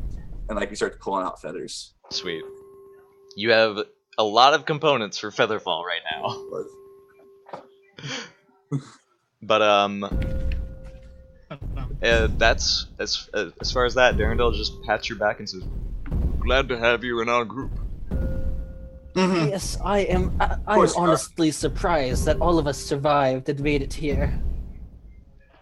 Yeah. It's okay. My goodness. Next time you guys can trust me a little more, huh? Mm-hmm. Maybe. Well, I'll It would be easier to trust you if you would tell all of the plan instead of just saying, "Hey guys, jump off the cliff." Well, maybe be like, I'm gonna cast a spell that will make it safe to jump off the cliff. But then that takes away from the excitement now, doesn't it? Yeah, but it makes it a little hard to trust you. I point to Stool, who's probably still on my shoulder, like. Honestly, I had a wonderful time. It was quite exciting. Listen, Eldith does look to you and plan. say, listen, I may have shook your hand, but I just thought you were crazy, quite honestly. That's cool. You just owe me the rest of your money for the rest of your life. The rest oh, great. You didn't die, did you? Well, no, I didn't. And I got you down safely, right? Yeah, you did. Okay. Mm-hmm. It's okay. It's okay. I'll make sure you get fed too. Okay. Well, thanks. It could just be money, I guess. Yeah. I'm not gonna take your weapon. I don't. Okay, yeah, that's great. I'll let you know once we get back to Gauntlegrim. Otherwise, I guess we'll never see you win my fortune. Because I still have a lot of money waiting for me after my Shield Scout performance review. I was about to say, that shield is. You are very attached to it. Is it just because of the symbol? It shows where you're from. It's a dwarf thing, drow. You wouldn't really understand. Because yeah. we value not Looking only like shield, the women, we value like some of our hot men too. So. Here's the thing. Why would you value men? Well, they're good. They're good for other things. Let me just spin you a tale. This is my grandpa's shield. Oh. And he was a shield scout before me. Yeah, Feldrun clan, baby. Jim Jar strokes his beard and like. Ooh. And you see that this shield is like encrusted with gold curves. It's certainly like been beaten down from many a battle, but the steel is hard and it's sturdy. And it almost feels like it's like she moves as gracefully as an elf would with a blade as she walks around with it strapped to her arm and says, "There's a lot of honor in this shield, and now that I have it back, there's nothing that's going to stop me from getting to Gauntlegrim. And, if I don't get there, you're not going to get your money, so how's that, Jim Jar?" Well, we can make a little detour. It's just not too far out of the way, is it? As long as it's far away from Gracklestug, I'd be happy with that. Unless you want us to just walk up to Gracklestug's door and say, "Please don't enslave us, we're here to go to the surface." Haha. Do you have a surface for us? I'm not going to the surface. Yeah, I think most of us would rather not see the sun. I mean, I'm not asking all of you to come with me, but I'm just saying, while we're here together, we should know where we're gonna end up. Well, yeah, but how much do you think that shield's worth? The shield? Oh my gosh. Belongs to my family, not to me, so we'll see. Maybe I'll give you an estimate if we get back there. You see that there are some gemstones inlaid in a circle in the center. Why is money so important to you, Jim Jar? What? Huh? What do you mean? Why wouldn't it be? Why is it not important to you? Because he's a month old. He's a mushroom. I'm sorry, I just don't understand why money is so important, so detrimental to you. Well, it's because you can buy things with it. Basically, some people require comfort to live because they have grown cushy and soft, and money affords you comfort. No. Some of us need comfort. From a log in the woods. No, I don't need Darendil holds up a little waggling clawed finger and says, I think I can go over the logistics of economics for this little one here. It all starts with. No, thank you. Look, we've got people that are now trying to either look for us or kill us. Probably both. Well, yes, but imagine imagine. Oh no, Sarah Maybe is trying to like avoid Darendelle at all costs. Stool, are you Now- still on my shoulder? Now, when someone is hunting a deer, or when someone wants some beaver skins, by the way, Stool, something odd happens. You've never been to the surface. The only thing, you've never been to the surface. Yeah. You've never seen these animals that he speaks of. But as he suddenly says beaver and squirrel, something sort of shrivels up your myconid limbs up to your shroom head. And you're suddenly greeted with the vision of exactly that, a squirrel. And you have wild shape, yes? Sarah, your mushroom on your shoulder is suddenly a squirrel in a pop. What the? And Darendelle, he's in mid whatever, and he's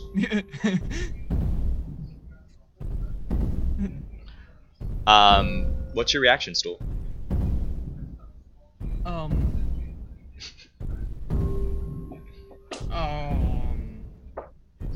Wait. Can they still hear me? Yes, your spores surprisingly are still in effect.